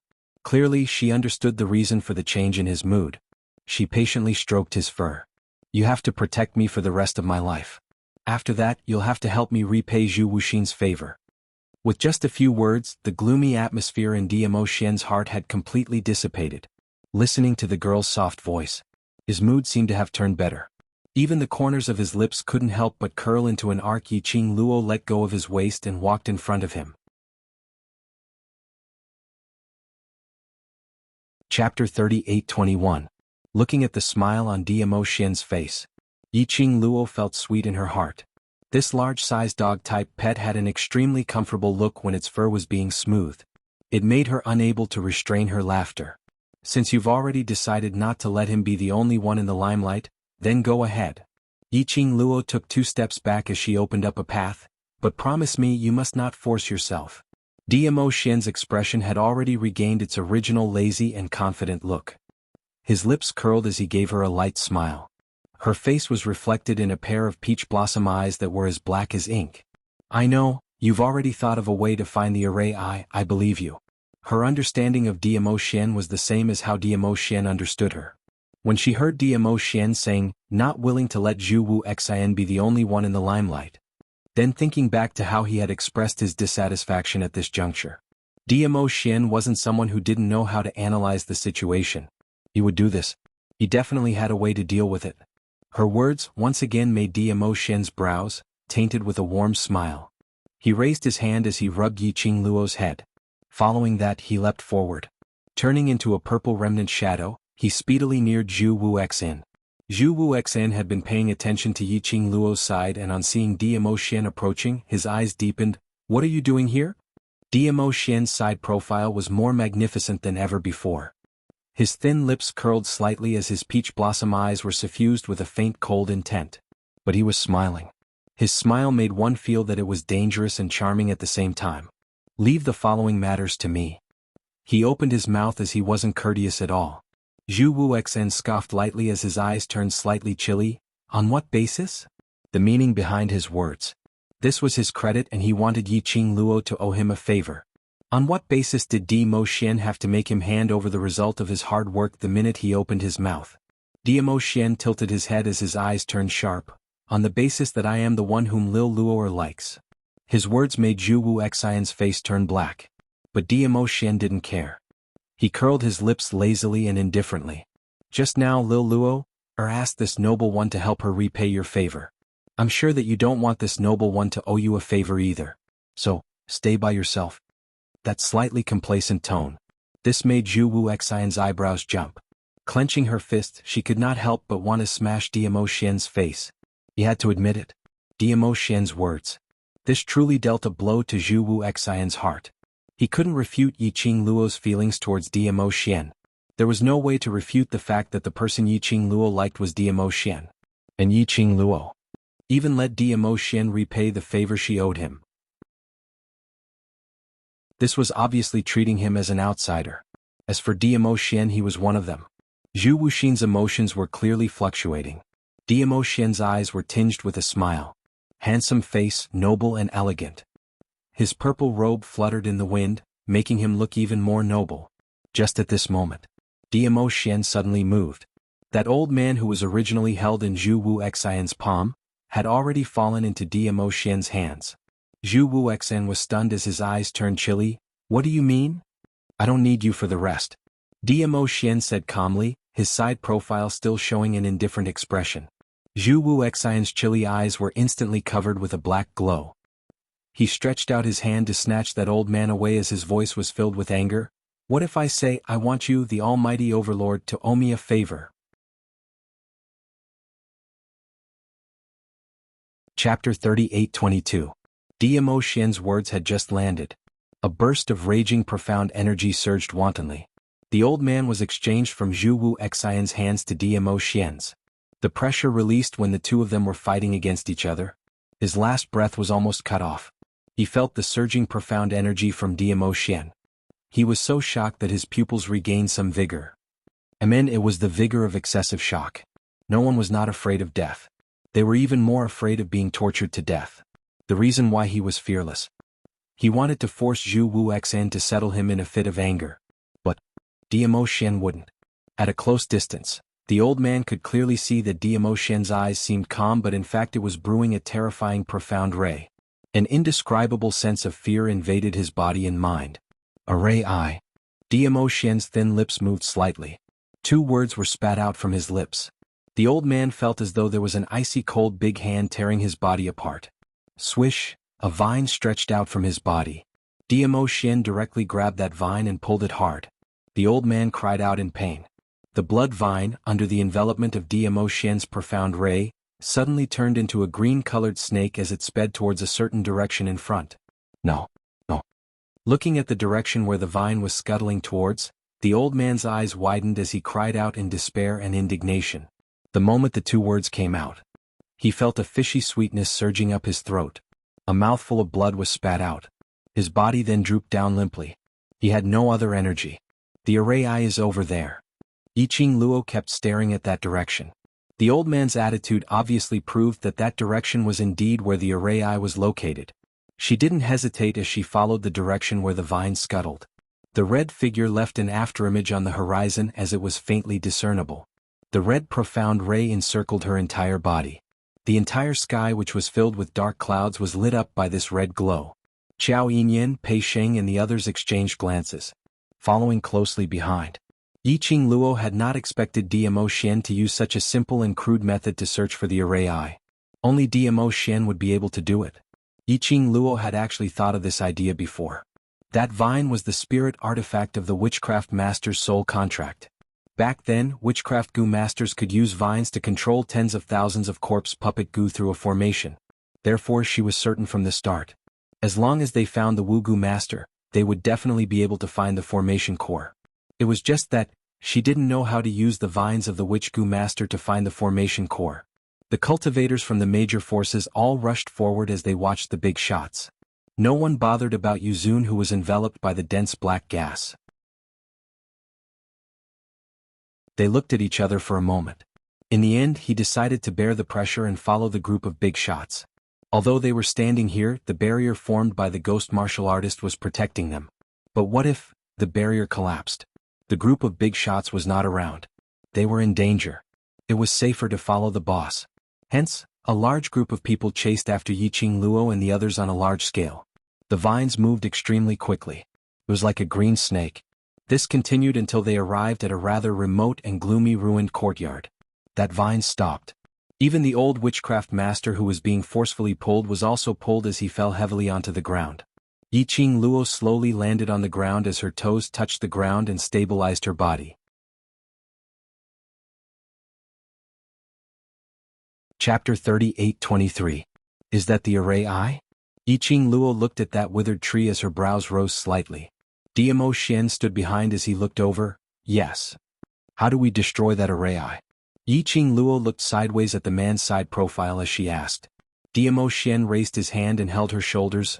Wait, there are helpers outside. Helpers? Yiqing Luo was puzzled. Who are you referring to? Diamo Xian smiled. You'll know when we get out. He was still keeping her in suspense? Looked like the helpers outside were people she knew. Gui Wu, Zoe Mo and the rest were already in the array. Who else could help them? Moreover, the person who could help to break such a sinister array was definitely very powerful. She knew someone who was extremely powerful. Who could it be? Just as they were talking, a group of people had already chased up. Qiao Yinyan carried Xiao Qiu, who only had a mouth. His face didn't show any signs of disgust. When he saw that withered tree, he opened his mouth and asked, "Is that the array eye? Destroy that array eye and the array will be destroyed, right?" Pei Sheng said as he walked towards that withered tree. He even raised his hand as his dark golden pupils were filled with eagerness. Sheng, stop. Yiqing Luo berated sternly as she raised her hand to create a wave of profound wave, blocking Pei Sheng's hand. Pei Sheng was forced to retreat 2 steps as he looked at Yiqing Luo in a daze. Don't move, can't you see the dense evil qi lingering around the array eye? Yiqing Luo glanced at him. if it could be touched and destroyed at will. That wasn't the style of the secluded palace. Pei Sheng was stunned. Then what should we do? Yiqing Luo pursed her lips. Her vision shifted as she looked at the huge collapsing buildings. Her 5 fingers clenched even tighter. If she didn't speed up, this auction was really going to be swallowed by the array. The helpers that Ah Xian mentioned, when would they take action? As though he sensed the fluctuation of her emotions, Dmo Xian's large palm patted lightly on her back, comforting her. Yiqing Luo raised her head and looked at the man beside her, just as he was about to ask. At this moment, a wave of energy vibrated around the withered tree. Like a few invisible waves, they shook off the surrounding fluctuations. The vines that were entangled above were chopped into several pieces with a crackling sound. The Wugu master who was dying on the ground. Even cries of pain could be heard. Just as the vines broke, she closed her eyes forever. At the same time, the Yu Jiwen, who was being harassed by countless aberrations. His body fell straight to the ground. In the blink of an eye, the corpse turned into a pile of white bones. Then, everyone saw about 100 corpse puppet goo crawl out from the white bones and quickly crawl towards the witchcraft goo master on the ground. The profound practitioners of the various forces thought that these corpse puppet goo were using the same trick to control the goo master's body. But he didn't expect, in the blink of an eye, the Wu Goo master turned into a skeleton. He was swallowed into the stomach of the goo worm that he had raised. Xiao Yinyan immediately threw the ball in his hand towards the direction of the corpse puppet goo. The last corpse puppet goo, settle those first. The ball's tongue rolled up and its round body pounced towards the direction of the corpse puppet goo. Bam! Just as the aberrations were about to eat the last corpse puppet goo, that withered tree suffered a heavy blow. Chapter 38-24. Yiqing Luo and Dmo Xian were the closest. When the fluctuation was released, Qin Feng's eyes widened. The two of them retreated swiftly. Immediately following that, the majestic air wave, like a raging wave, surged violently. That withered tree shook more and more, as though it was about to crack. The whistling sound of the wind and waves slapped against everyone's eardrums. Yiqing Luo held Dmo Xian's arm, squinted her eyes and looked at the withered tree. Did the helper you mentioned take action? Dmo Xian nodded slightly. Yiqing Luo frowned tightly. To tell the truth, when he saw that everything around him had been overturned and collapsed by that boundless power, yet that withered tree did not move at all, he felt a chill run down his spine. Yiqing Luo could tell. It was not feasible to destroy the array eye from the outside. But, if they rashly took action, they would also be affected by the lingering sinister qi around the array eye. How could they destroy this array eye? Yiqing Luo was deep in thought. Perhaps the helper outside the array was a little too impatient. That withered tree shook violently. The originally withered tree branch with a kacha sound actually broke off. That broken branch rolled along with the strong wind. It wildly turned into a sharp blade, directly piercing towards Yiqing Luo's face. The speed of the sharp blade was extremely fast, and the lingering profound ray was very shocking, as though it was going to pierce through the sky. Yiqing Luo only had time to see a trace of silver edge as it flashed past her eyes. A strong murderous intent spread out in front of her. She wanted to dodge, but it was too late. Immediately she raised her hand. Her 5 fingers moved, the glower flame fan opened up, blocking in front of her. Bam! The sharp end of the broken branch hit the glower flame fan. But the strength was not as big as she imagined. Sounds of cold air being sucked in were heard from the surrounding.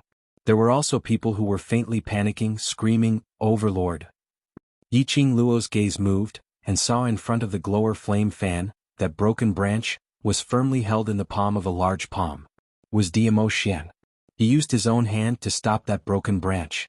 Yiqing Luo's pupils slightly widened. He stared at the broken branch in his hand, which was already bleeding. She quickly closes the glowing flame fan and hugs the man's arm with both hands. Ah Xian. In such a situation, it was not impossible for her to block it with the glowing flame fan. Furthermore, based on Dmo Xian's ability, even if he was injured, he could easily repel this broken branch.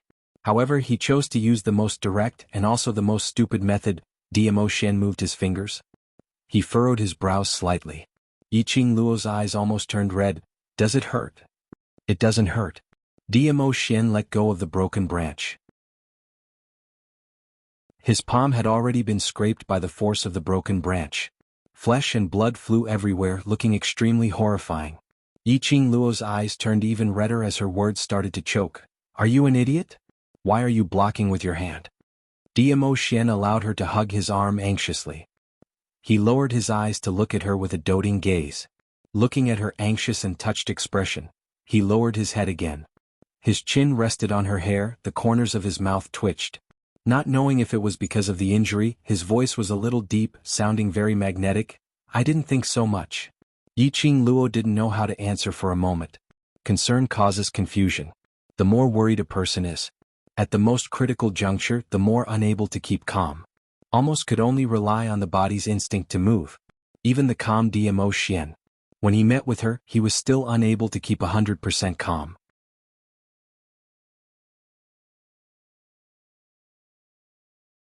Chapter 38-25. Alright, it's just a small injury, it's nothing. Diamo Xian comforted her warmly. After we leave the auction, compensate me properly. Yiqing Luo was both angry and amused as she raised her head and stared at him furiously. You're still joking at such a time. Alright, be good, I'm fine. Diamo Xian replied. Yiqing Luo drew out a handkerchief and bandaged his injured hand. Bandaging it. Her gaze was suddenly fixed on the ground on top of the broken branch. She was stunned as her bandaging hand also stopped. What's the matter? Diamo Xian asked puzzledly. Yiqing Luo pointed to the front. Look at that broken branch. That broken branch was intercepted by Diamo Xian's bare hands. Then he casually threw it onto the ground. If she didn't remember wrongly, that broken branch should have been stained with Diamo Xian's blood. But at this moment, the broken branch was completely clean, without a single trace of blood. Yiqing Luo and Diamo Xian looked at that broken branch for a moment, and both of them raised their heads at the same time, looking at each other as they spoke in unison. This is the method to break the array. Blood. That's right. It was fresh blood. This array was extremely sinister. It even used the revered Lord's blood to activate the array. So, as long as blood was used, it would be able to destroy this array core. In order to verify this thought, Yiqing Luo helped Diamo Xian to tie the handkerchief as she held the glower flame fan tightly and suddenly shot a hurricane towards that withered tree. The profound rays neared. The thick black chi which lingered around the withered tree bared its fangs and brandished its claws as it twisted upwards. Yiqing Luo leaped up and neared that withered tree from the other side. In a split second, the thick black chi surged and rolled. The dark sky was covered with a layer of hazy fog. Yiqing Luo's eyes turned slightly chilly as her fingers moved and the red profound rays turned into huge waves. The moment the thick black chi was attracted, Yiqing Luo was already nearing the withered tree. The minute she neared, Yiqing Luo felt a dull pain in her heart as a scorching flame started to burn fiercely. Oh! This burning heat was like a raging flame, scorching her internal organs. It was as if he was going to burn her into ashes. She groaned in pain. Her movements stopped in midair. Little Luo? Diamo Xian's worried voice drifted into her ears. The man's deep voice was like a warm current that seeped into her heart. It also alleviated the burning sensation in her chest that felt like it was being torn apart. She closed her eyes slightly. He steadied his mind. She turned around and looked in their direction, revealing a faint smile. The hurricane moved. The wind blew her hair, her dress. Like a blossoming rose, incomparably gorgeous. Clearly his face was so pale. His brows were tightly knitted, as if he was enduring some sort of pain. But she was still smiling. His smile was firm, and it made one's heart surge with lofty sentiments. I'm fine, don't worry. Since I've promised to walk out of the auction in front of everyone, I've promised to destroy the Palace of Gloomy Darkness plan, so I'll definitely do it. Her voice was soft. It was like a feather fluttering in the wind, and it seeped into everyone's ears. After Yiqing Luo finished her words, she took a deep breath and forcefully endured the pain within her body which made her combusted and made her blood boil. He turned into a streak of light and approached the withered tree. The nearer he got. 3 steps, 2 steps, 1 step, Yiqing Luo felt that there was an indescribable impulse surging within her, as though it was summoning her, as though it was urging her to do something.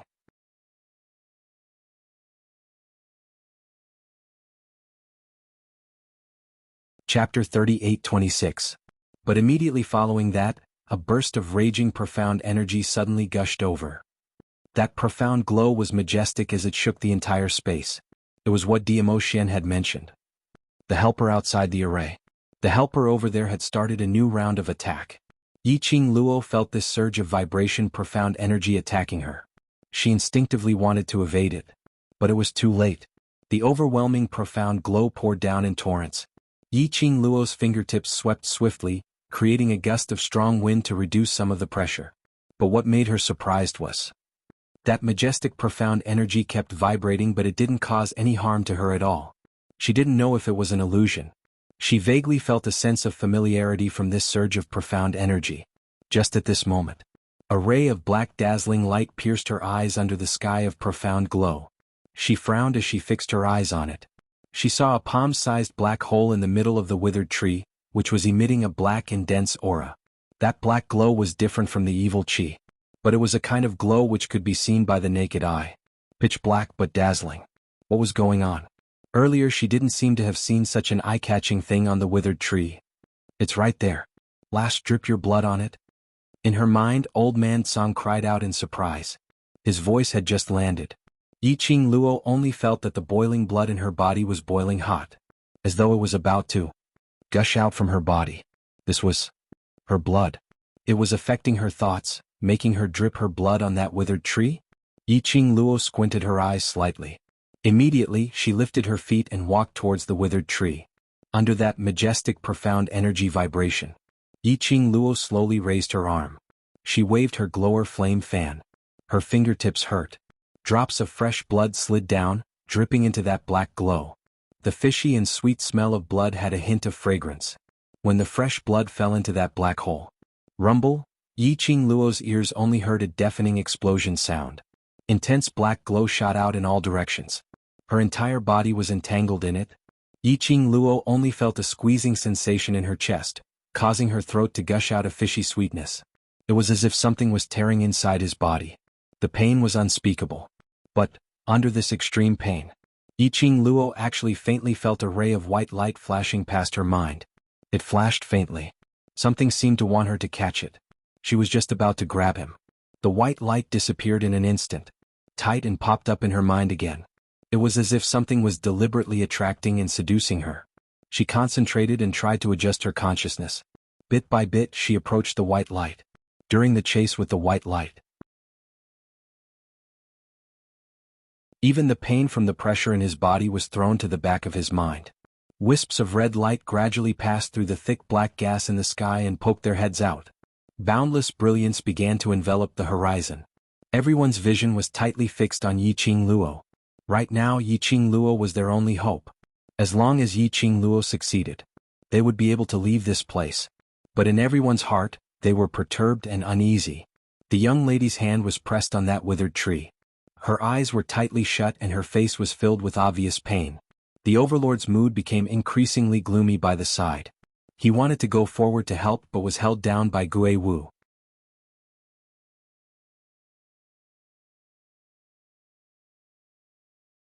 Chapter 38-27. He was afraid that Yiqing Luo wouldn't be able to bear this kind of pain. He couldn't break out of the formation. In the surroundings, the majestic and ferocious dark force was still vibrating wave after wave. On the Nether Prime side, the thick black gas was still flowing along with the blood that was splattering everywhere. The formation eye and the various forces collided with each other. Yiqing Luo's face turned paler by the minute. Originally, he had fought several rounds of battles in the auction and was already exhausted. Moreover, in the space of consciousness she had used too much power, which was extremely damaging to her body. Now he was bleeding and suffering from the crushing pain of the withered tree. He chased after the white light in his mind again and again. Yiqing Luo only felt that her consciousness had gradually turned blank and started to blur. His four limbs felt heavy as if they weighed 1,000 kilograms. That white light seemed to be teasing her. He stuck his head out. On the other side it appeared indistinctly. She furrowed her brows and her body trembled slightly. His palm, which was pressed against the withered tree, felt a stinging pain. It was as if there was a suction force firmly sucking her palm. Her breathing also gradually became weaker. She couldn't help but furrow her brows as she felt the blood flowing out of her body. Hold on, hold on, hold on. There seemed to be a voice in his mind that kept repeating these three words. She no longer had the strength to discern the direction of the sound and the owner of the sound. She only knew that this voice caused her consciousness to become fuzzy, and then she suddenly woke up. Yiqing Luo's breathing became smoother bit by bit. He struggled to maintain his consciousness. Little Luo, Diamo Xian saw the changes in Yiqing Luo's expression as his eyes stared fixedly at Yiqing Luo. His face no longer had the usual noble elegance. His breathing was heavy and his heart was clenched tightly. He wanted to step forward and help Yiqing Luo share her pain. However, Gui Wu's hand continued to press down on his shoulder. Diamo Xian was very clear. He could not go forward.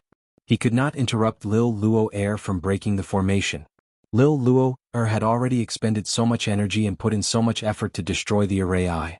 If he missed this opportunity, everything that Lil Luo had done, all the pain that she was suffering now, was all in vain. Furthermore, Lil Luo's personality. He understood it better than anyone else. If Lil Luo was awake, she would definitely not let him take the risk to come over. Little Luo, Little Luo. The repeated calls were transmitted into Yiqing Luo's ears, who was trying her best to stay awake. She pursed her lips and bit down hard on her lower lip, until the smell of blood filled his mouth. Only then did she stop moving. The piercing pain made her vision blur. The white light in her mind flickered and floated in front of her. Yiqing Luo's eyes flashed. It was almost instinctive. His consciousness wrapped around it as he searched around it. Boom. His sea of consciousness suddenly fluctuated. It was as if something had exploded. In front of Yiqing Luo, a vast expanse of white light flickered. Then her body was like a feather, her legs weak and powerless. Boom. His mind buzzed again. Like a tidal wave, the profound strength surged wildly in his body. Wave after wave, they violently squeezed into the profound heart jade. The surging profound energy easily soothed the pain from the squeezing in her body. Replacing it was a relaxed feeling in both body and mind. The surrounding heaven and earth's spiritual chi encircled her body.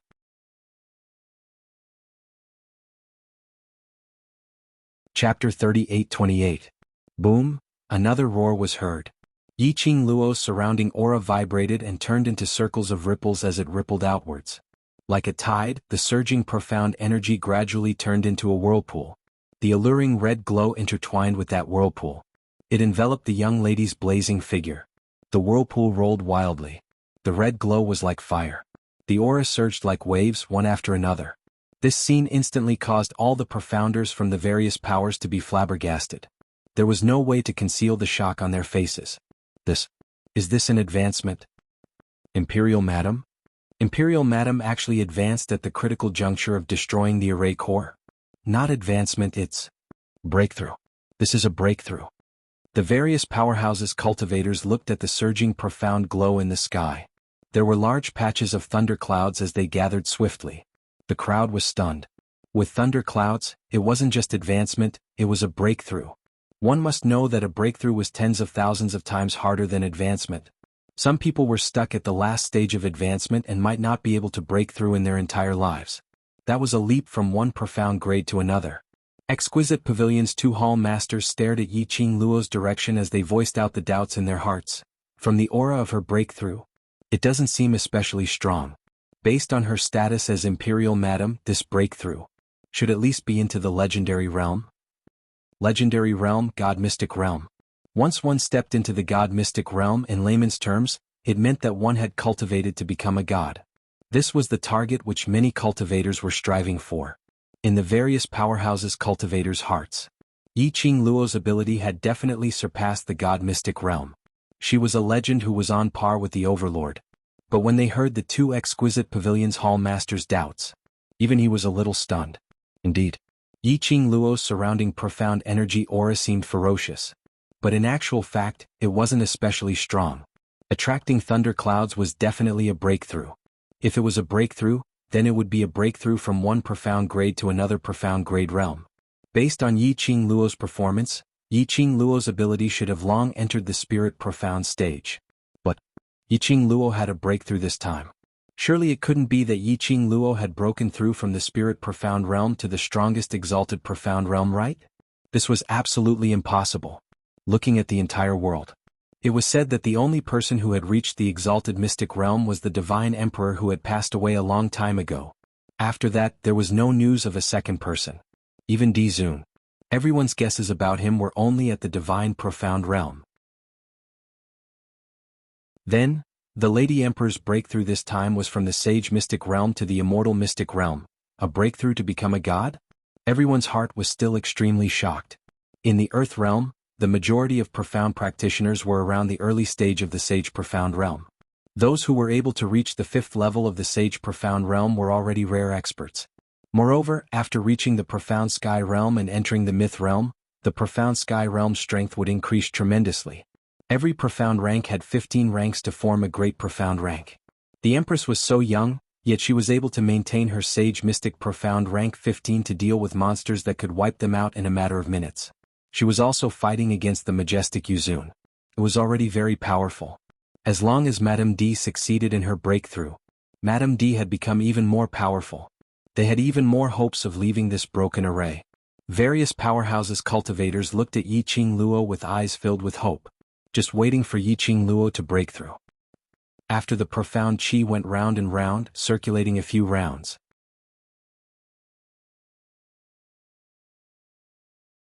Chapter 38-29. Immediately following that, clang, a sound was heard. Her profound aura fluctuated as it gradually calmed down. The bewitching red light was still shining brightly, swaying her alluring figure.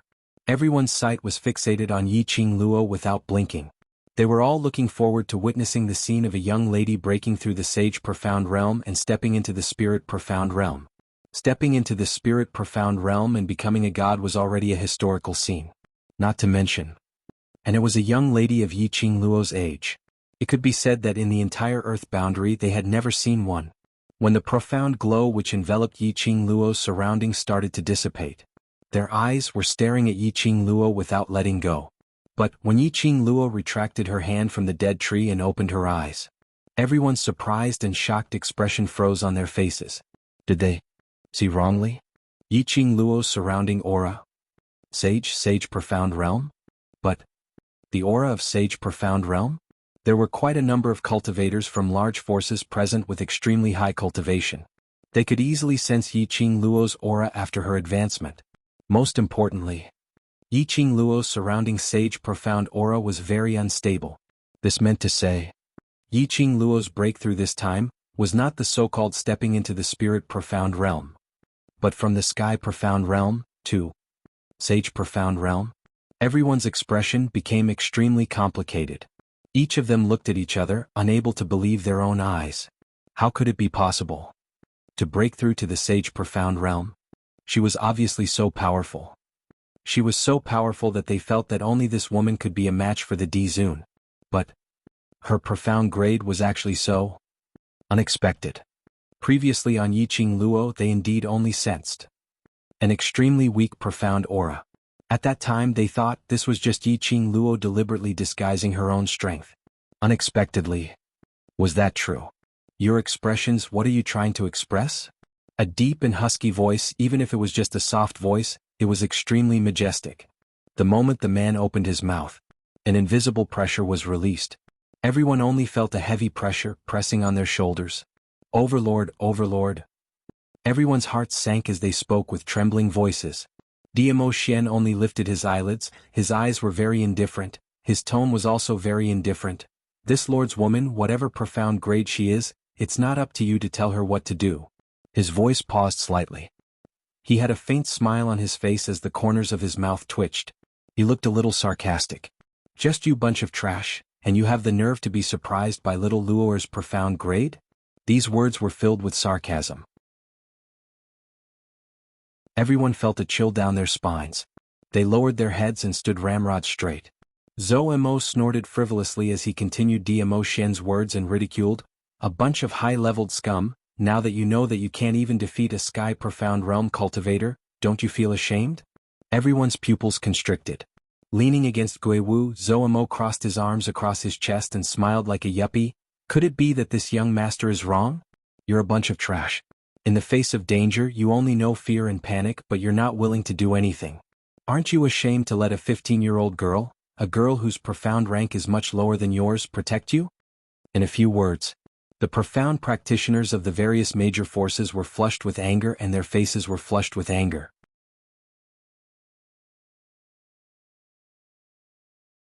Chapter 38-30. They were indeed shocked by Yiqing Luo's profound grade. They also thought that a profound grade like Yiqing Luo shouldn't display that kind of sharpness. But they had neglected it. Yiqing Luo was a young sky profound cultivator, but she relied on her own strength to save all of them. It made them feel from the bottom of their hearts, treating her as the only hope to break the array.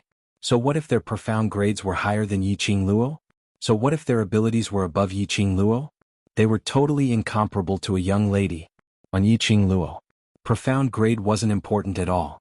Her potential, her ability, was the real reason why they were convinced. They shouldn't be here pointing fingers at Yiqing Luo's profound grade. Instead, they should reflect on themselves. Profound grade, powerful ability, so what?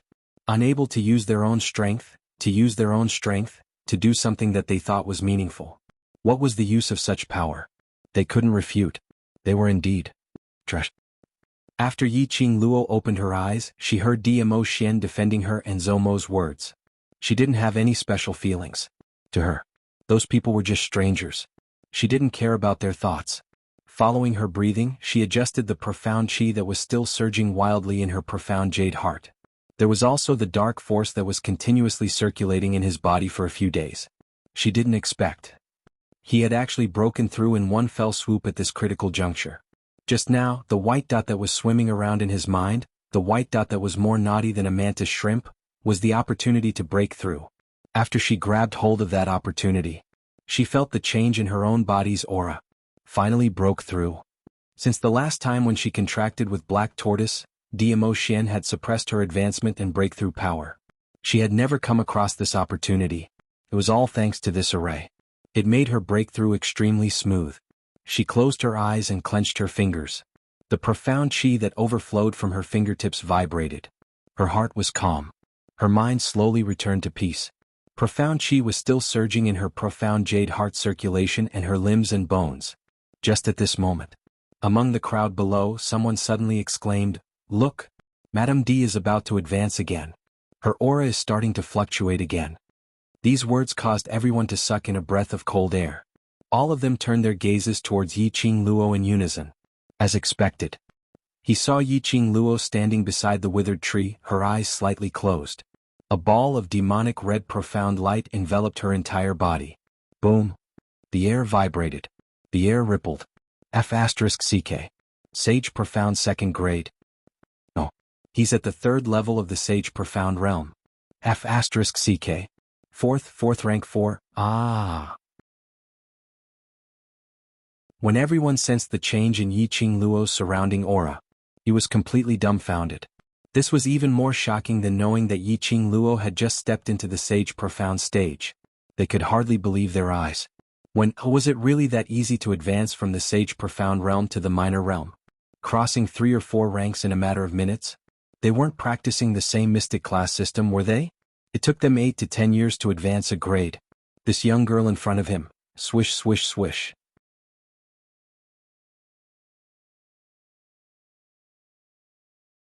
Chapter 38-31. Looking at the entire Earth realm or even the upper realm.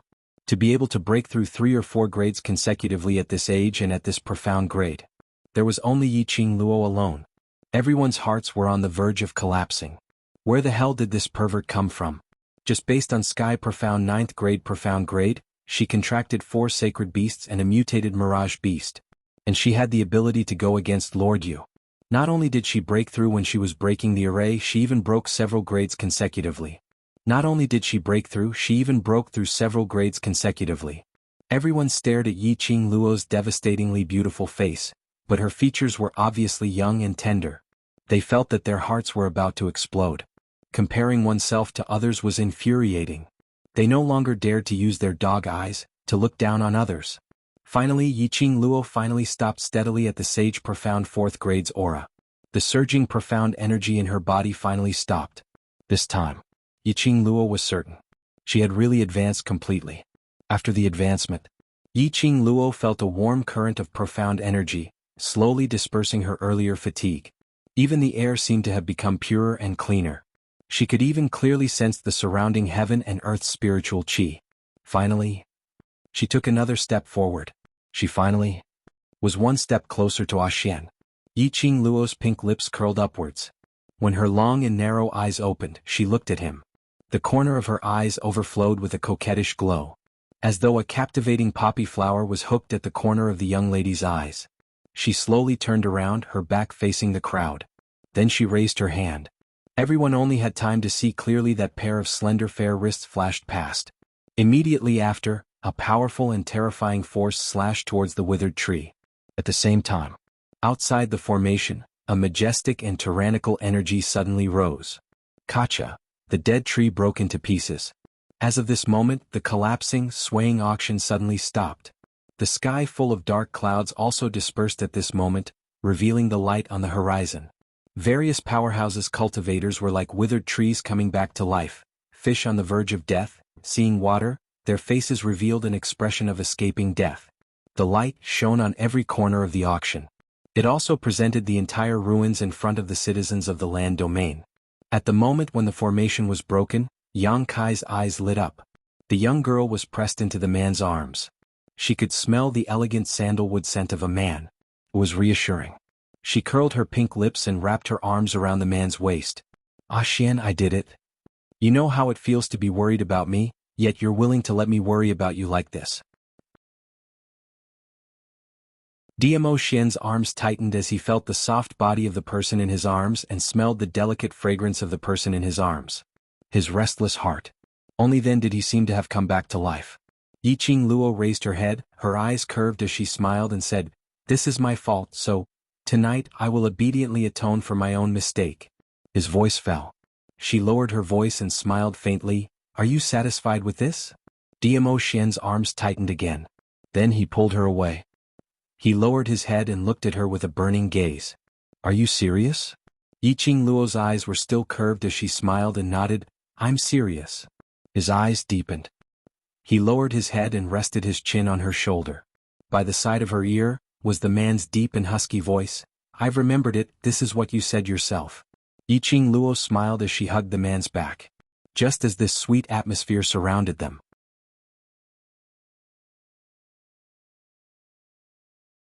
Chapter 38-32. Yiqing Luo's eyes suddenly lit up as she popped her head out from the man's arms. Outside the ruins, dust billowed as a slender figure slowly walked over. A lady dressed in a sea blue long dress entered Yiqing Luo's sight.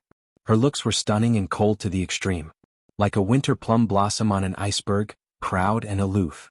When the woman's beautiful eyes, which were overflowing with a faint blue light, met his eyes, his heart trembled. Yiqing Luo had already pushed Diamo Xian away and pounced towards the lady. "Little Qing Wu." That's right. The lady in front of her was Jun Qing Wu, who went to the upper realm to investigate the person behind the secluded palace. Ever since she left Nirvana realm, she and Jun Qing Wu had never met each other again. It turned out that the person who attacked the array's eye was the helper that Diamo Xian mentioned. It was Jun Qing Wu. Yiqing Luo pounced forward and hugged the lady. The lady's cold face revealed a tinge of red, as though she wasn't used to being so close to someone. But looking at Yiqing Luo's joyous expression, the lady still didn't push Yiqing Luo away but raised her hand and gently hugged her back. This response made Yiqing Luo very surprised. One must know that her little Qing Wu was so cold and arrogant. She would never show any enthusiasm on the surface. To be able to hug her back, she had already given her enough face. The smile on Yiqing Luo's face bloomed even more brilliantly. "How did you know I was here? Did Ah Xian tell you?" Yiqing Luo asked with a smile. Jun Qing Wu nodded. "The overlord informed me to rush over, but he didn't have time to tell me anything. By the time I rushed over, he had already entered the array." Yiqing Luo lowered her head as she gave an embarrassed smile. Ah Xian must have been overly worried about her. Hence he couldn't wait any longer and rushed into the array to look for her after informing Jun Qing Wu. "Then, how did you know I was going to break the array? And you accurately found the array's eye and coordinated so well?" "Earlier when she destroyed the array's eye. If it wasn't for the external force which allowed her to see the blind spot of the array's eye and drip her blood into that blind spot, they were probably still trapped in the auction. Moreover, she did not have enough opportunities to seize the opportunity to successfully break through." Jun Qingwu looked behind her and said, "It's all thanks to your friend's timely arrival. Her battle pet provided me with an accurate solution." "My friend?" Yiqing Luo was slightly stunned when she heard that. He heard the word battle pet again.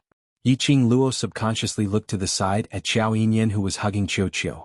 A battle pet that came to help. It seemed that it was only this mutant beast of the Shadow Clan. Long time no see, Qing Luo can't even see my existence.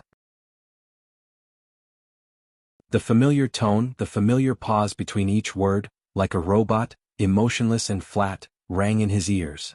Qing Luo looked over Jun Qingwu's shoulder. Not far away he saw a petite girl dressed in a pink dumpling outfit. She looked very much like a little girl who had mistakenly entered a battlefield. Qing Luo's eyes widened in joy. Shadow. Wasn't that person Mo Yuing? Who would have thought that she would actually come? Mo Yuing took small steps as she walked over. Then she raised her hands and tilted her head stiffly. Her empty and soulless eyes looked at Qing Luo as she spat out a word, hug. Qing Luo was melted by her cuteness. She immediately stretched out her arms and hugged Mo Yuing.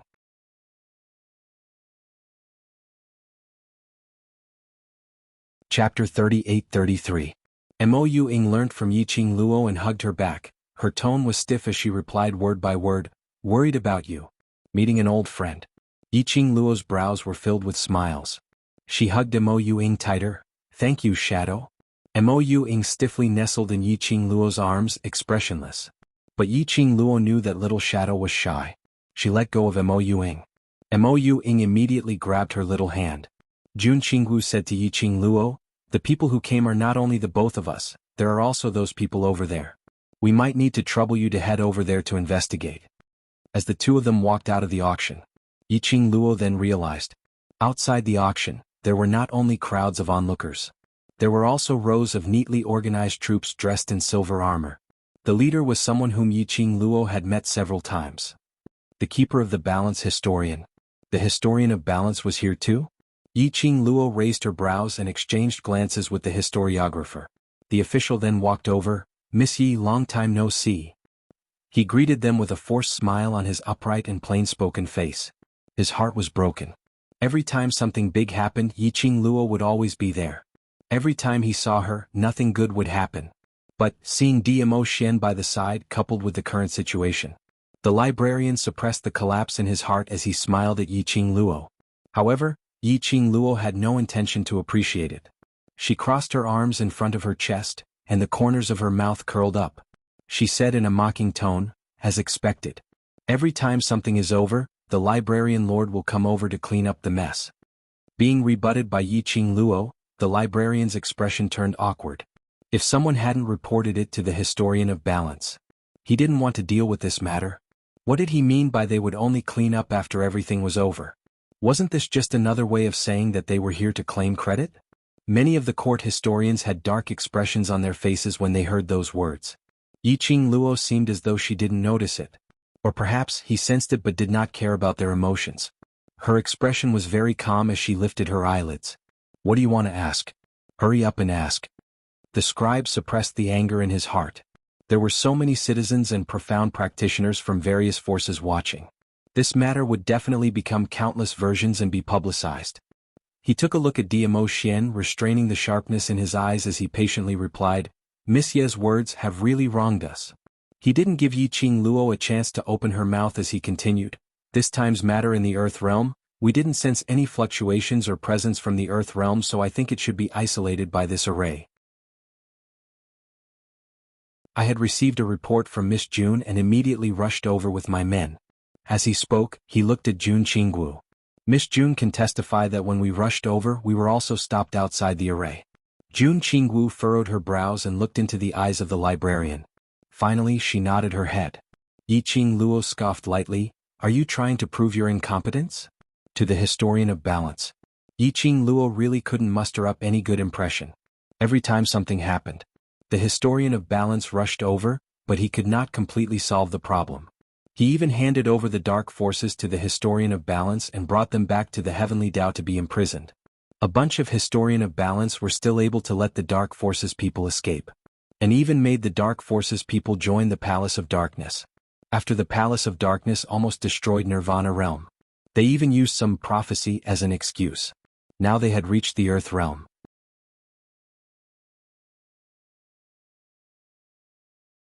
Chapter 38-34. The librarian's brows creased as he looked at Qing Luo with a chilly gaze. Qing Luo, you've just experienced a huge battle and need to rest. Jun Qingwu interrupted the turbulent undercurrent between the two of them. She looked at the historiographer and said coldly, "Historiographer, if you have any questions, please ask them as soon as possible. They're all very tired." Jun Qingwu intervened because she didn't want her to become enemies with the court official. Yi Qingluo would not give Jun Qingwu face. She softened her expression and glanced at the librarian indifferently. This was planned by the Palace of Tenebrous Darkness. Their goal was to seal all the elite profound practitioners in the Earth Realm here and cause unrest in the Earth Realm. As for their purpose, the Keeper of Records should be clear about it.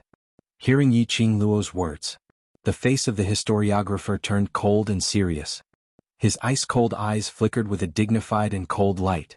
After a while, he said in a tense voice, "I understand." Yi Qingluo pointed to the ruins of the auction. "There's someone who had been drained of blood inside, rumored to be the son of the mastermind behind the Palace of Darkness. Perhaps we might be able to get some information from him." The historiographer's gaze flickered. Immediately, there were historians who flew towards the direction which Yi Qingluo pointed at. Diamo Xian had already walked over from behind, his long arm directly hooked onto Yi Qingluo, as his tone was calm and apathetic as he spoke to the librarian. "As for other matters, go and ask those people. Lil Luo is already very tired." The scribe immediately lowered his head. "Yes." Yi Qingluo couldn't help but laugh. She might as well just directly leaned into Diamo Xian's embrace. This feeling of bullying others wasn't bad at all. She was indeed quite tired. The moment Diamo Xian came over, Mo Ying was squeezed to one side. Mo Ying looked at her empty hand and looked at Diamo Xian who was carrying Yi Qingluo. He tilted his head and thought for a moment. It was as if he was thinking about his chances of snatching the man from the hands of a venerable sovereign. In the end he put his hand down. The chances of snatching him away were 0, so he was too lazy to make such a fearless choice.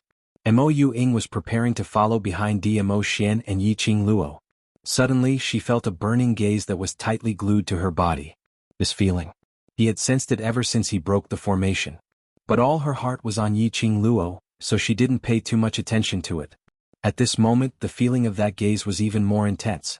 It was so strong that she couldn't help but pay attention to where this gaze was coming from. Mo Ying didn't like this feeling. She stopped in her tracks and looked in the direction of his gaze. His line of sight stopped at a tall and handsome silver-haired man. The man's eyes were fixated on her without blinking. His gaze was deep and complicated. It was an emotion that she could not understand and was too lazy to understand.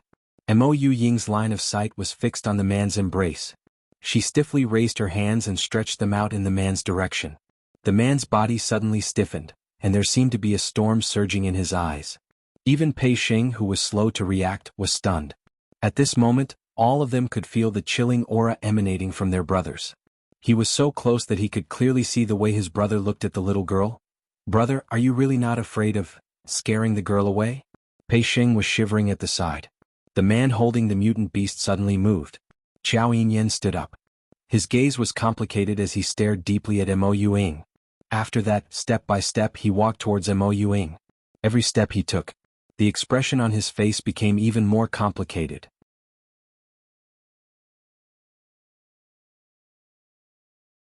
Chapter 38-35. Such an oppressive pressure. This caused Mo Ying's expressionless face to stiffen into a frown. Her empty gaze swept across the man's face. He looked at the flowing silver hair swaying in front of his eyes as he walked. He suddenly felt a sharp pain in his head. His eyes felt a little painful. Such a feeling. Mo Ying hadn't felt it for a long time. He didn't like this feeling either. Her hollow eyes stared at the man's chest, her arms shaking up and down stiffly. Her voice was stiff and emotionless like a repeater. "Qiao, come here." "Master." Qiao, who was struggling in Qiao Yinyan's arms, howled. Its four limbs struggled out of Qiao Yinyan's arms and pounced towards Mo Ying. Mo Ying hugged Qiao. Then he stiffly hugged her in his arms, turned around and left. Qiao Yinyan's footsteps immediately came to a halt.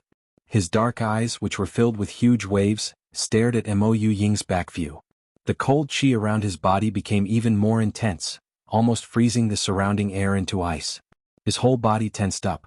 He clenched his fists tightly. He seemed to be very angry. Even Pei Xing didn't dare to approach him. Yi Qingluo naturally felt the change in the atmosphere. While Mo Ying was looking for Qiao, she stopped and waited for Mo Ying. Then she saw Qiao Yinyan's terrifying gaze as he looked at Mo Yingying. Rather, it was terrifying, however, that gaze wasn't filled with hatred or anything like that. Instead, it was the kind of gaze that was so complicated that no one could tell what kind of emotion it was. He could only see that. A whirlpool and a storm gathered in Qiao Yinyan's eyes. Why did Qiao Yinyan look at Mo Ying like that? Especially, just now when Mo Ying stretched out her hands towards Qiu's expression changed. The aura around Qiao Yinyan grew even stronger. The whirlpool spun and the storm raged. But, amidst all these fierce and complicated emotions, there was also a kind of, it was very, very complicated, helplessness, compromise? After Mo Ying carried Qiu away, Qiao Yinyan was like a wild beast that had gone berserk. This is, Yiqing Luo suddenly recalled what Gui Wu had said earlier. There was always someone in Qiao Yinyan's heart. There had always been a woman. Then, Qiao Yinyan didn't seem to want to talk about that woman. And the way Qiao Yinyan looked at Mo Ying and his attitude, could it be, the person in Qiao Yinyan's heart was Mo Ying? No way. Yiqing Luo was struck by this heavenly thunder rumbling thought of hers until she was burnt on the outside and tender on the inside. Mo Ying's attitude towards Qiao Yinyan? It seemed like she didn't know Qiao Yinyan. Yiqing Luo expressed that her gossipy heart was stirring. When Mo Ying walked over with Qiu, she asked, "Shadow, do you know Qiao Yinyan?" Oh. Mo Ying raised her head and asked blankly. Yiqing Luo lifted her chin towards Qiao Yinyan's direction. "The person who has been watching you. I don't know him." Mo Ying answered very straightforwardly. "I don't like his eyes." Yiqing Luo, if Qiao Yinyan heard these words, it would really be a stab to his heart. She glanced at Qiao Yinyan before shifting her gaze back to Mo Ying. She rubbed her chin and said, "But I feel that he seems to know you." Mo Ying tilted her head as her expressionless stiff face revealed a troubled expression for the first time. "But I don't know him." Yiqing Luo felt that she had to ask Qiao Yinyan why he kept staring at Mo Ying. She was just about to call Qiao Yinyan over.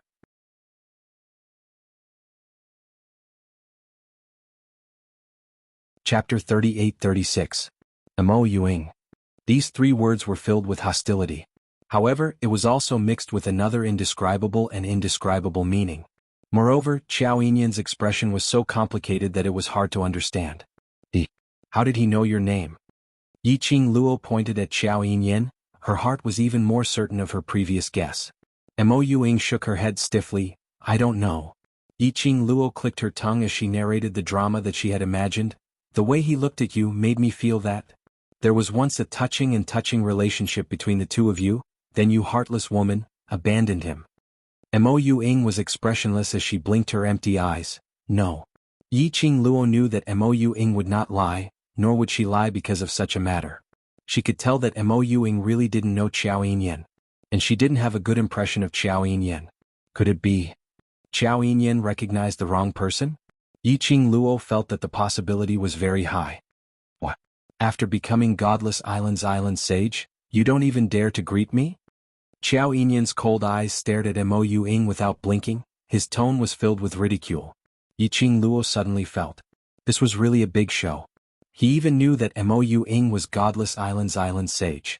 It looked like there was really some unspeakable secret between Qiao Yinyan and Mo Ying. And from Qiao Yinyan's tone, it was filled with ridicule, but even more so, self-deprecation. Yiqing Luo expressed. The secret between the two was very complicated. After hearing Qiao Yinyan's words, Mo Ying finally reacted. She slowly turned her head back, her empty eyes fixed on Qiao Yinyan. After a long time she asked, "Who are you?" She stared at him for so long. She was sizing up Qiao Yinyan's face. But in her memory, Mo Ying didn't think that she knew him. When Mo Ying asked this question, Qiao Yinyan's face instantly turned pale. His dark pupils were filled with whirlpools as he stared at Mo Ying. His eyes were filled with pain and anger. "What a good, who are you, ha? You actually asked me. Who am I?"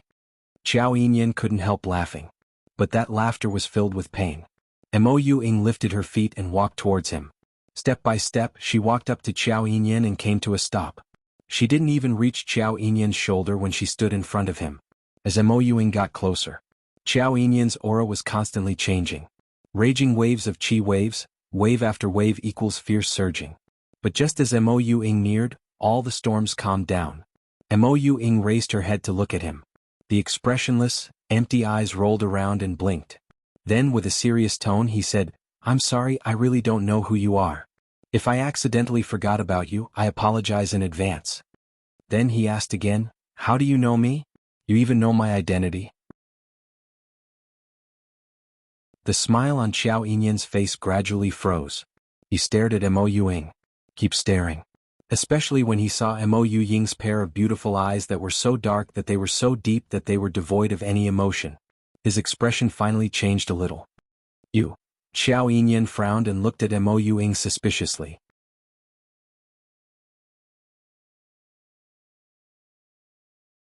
Chapter 38-37.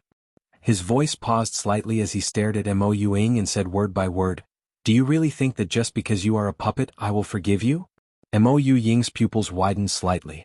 There seemed to be a flash of light in her extremely dark pupils. Her silvery hair swayed in front of her eyes.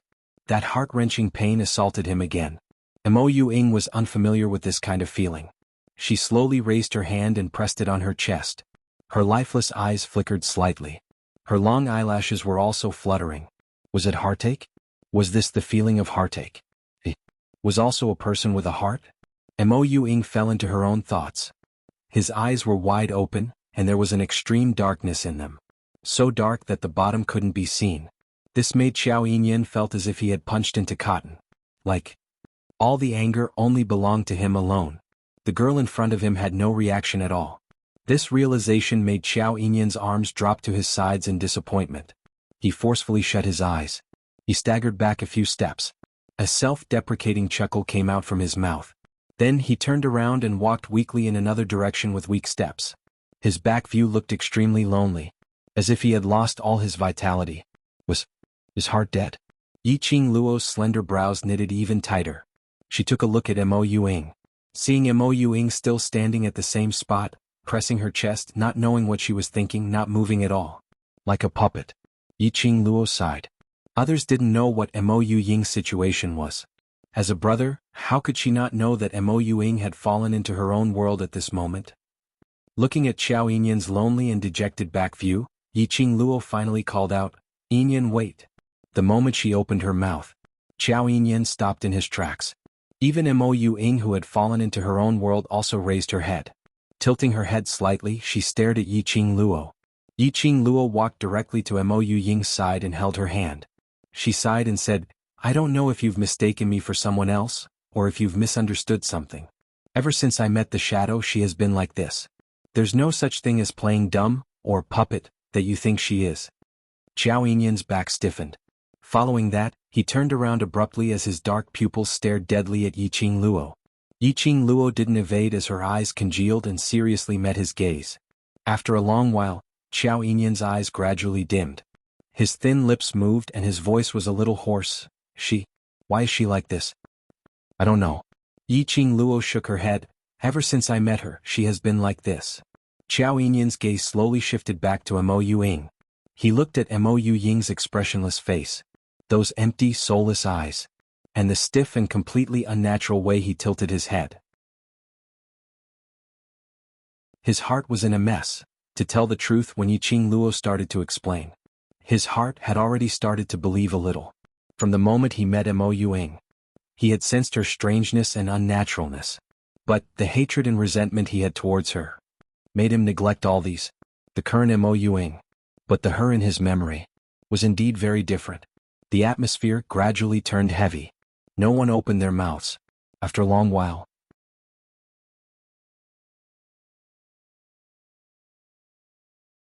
Chapter 38-38. Everyone had more or less injuries on them. If they stayed any longer, their lives might be in danger. Yiqing Luo took a deep look at Xiao Yinyan and held Mo Ying's little hand as she returned to Mo Xian's side. The group of them were just about to leave. A scribe hurried over and whispered something in the ear of the scribe. The historian's face sunk instantly. He raised his hand and stopped the group of people who were about to leave. "Miss Yi, the person you mentioned earlier? The son of the mastermind behind the secluded palace? We didn't see him." The historian asked solemnly, "Think carefully, have you remembered the wrong direction?"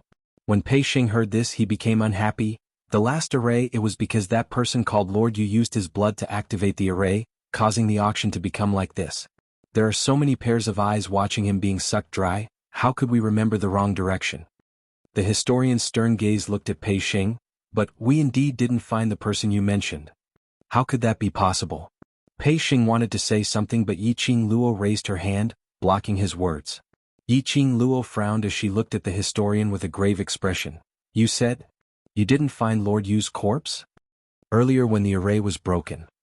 Because of her profound grade breakthrough as well as seeing her old friend. She didn't pay much attention to Lord Yu.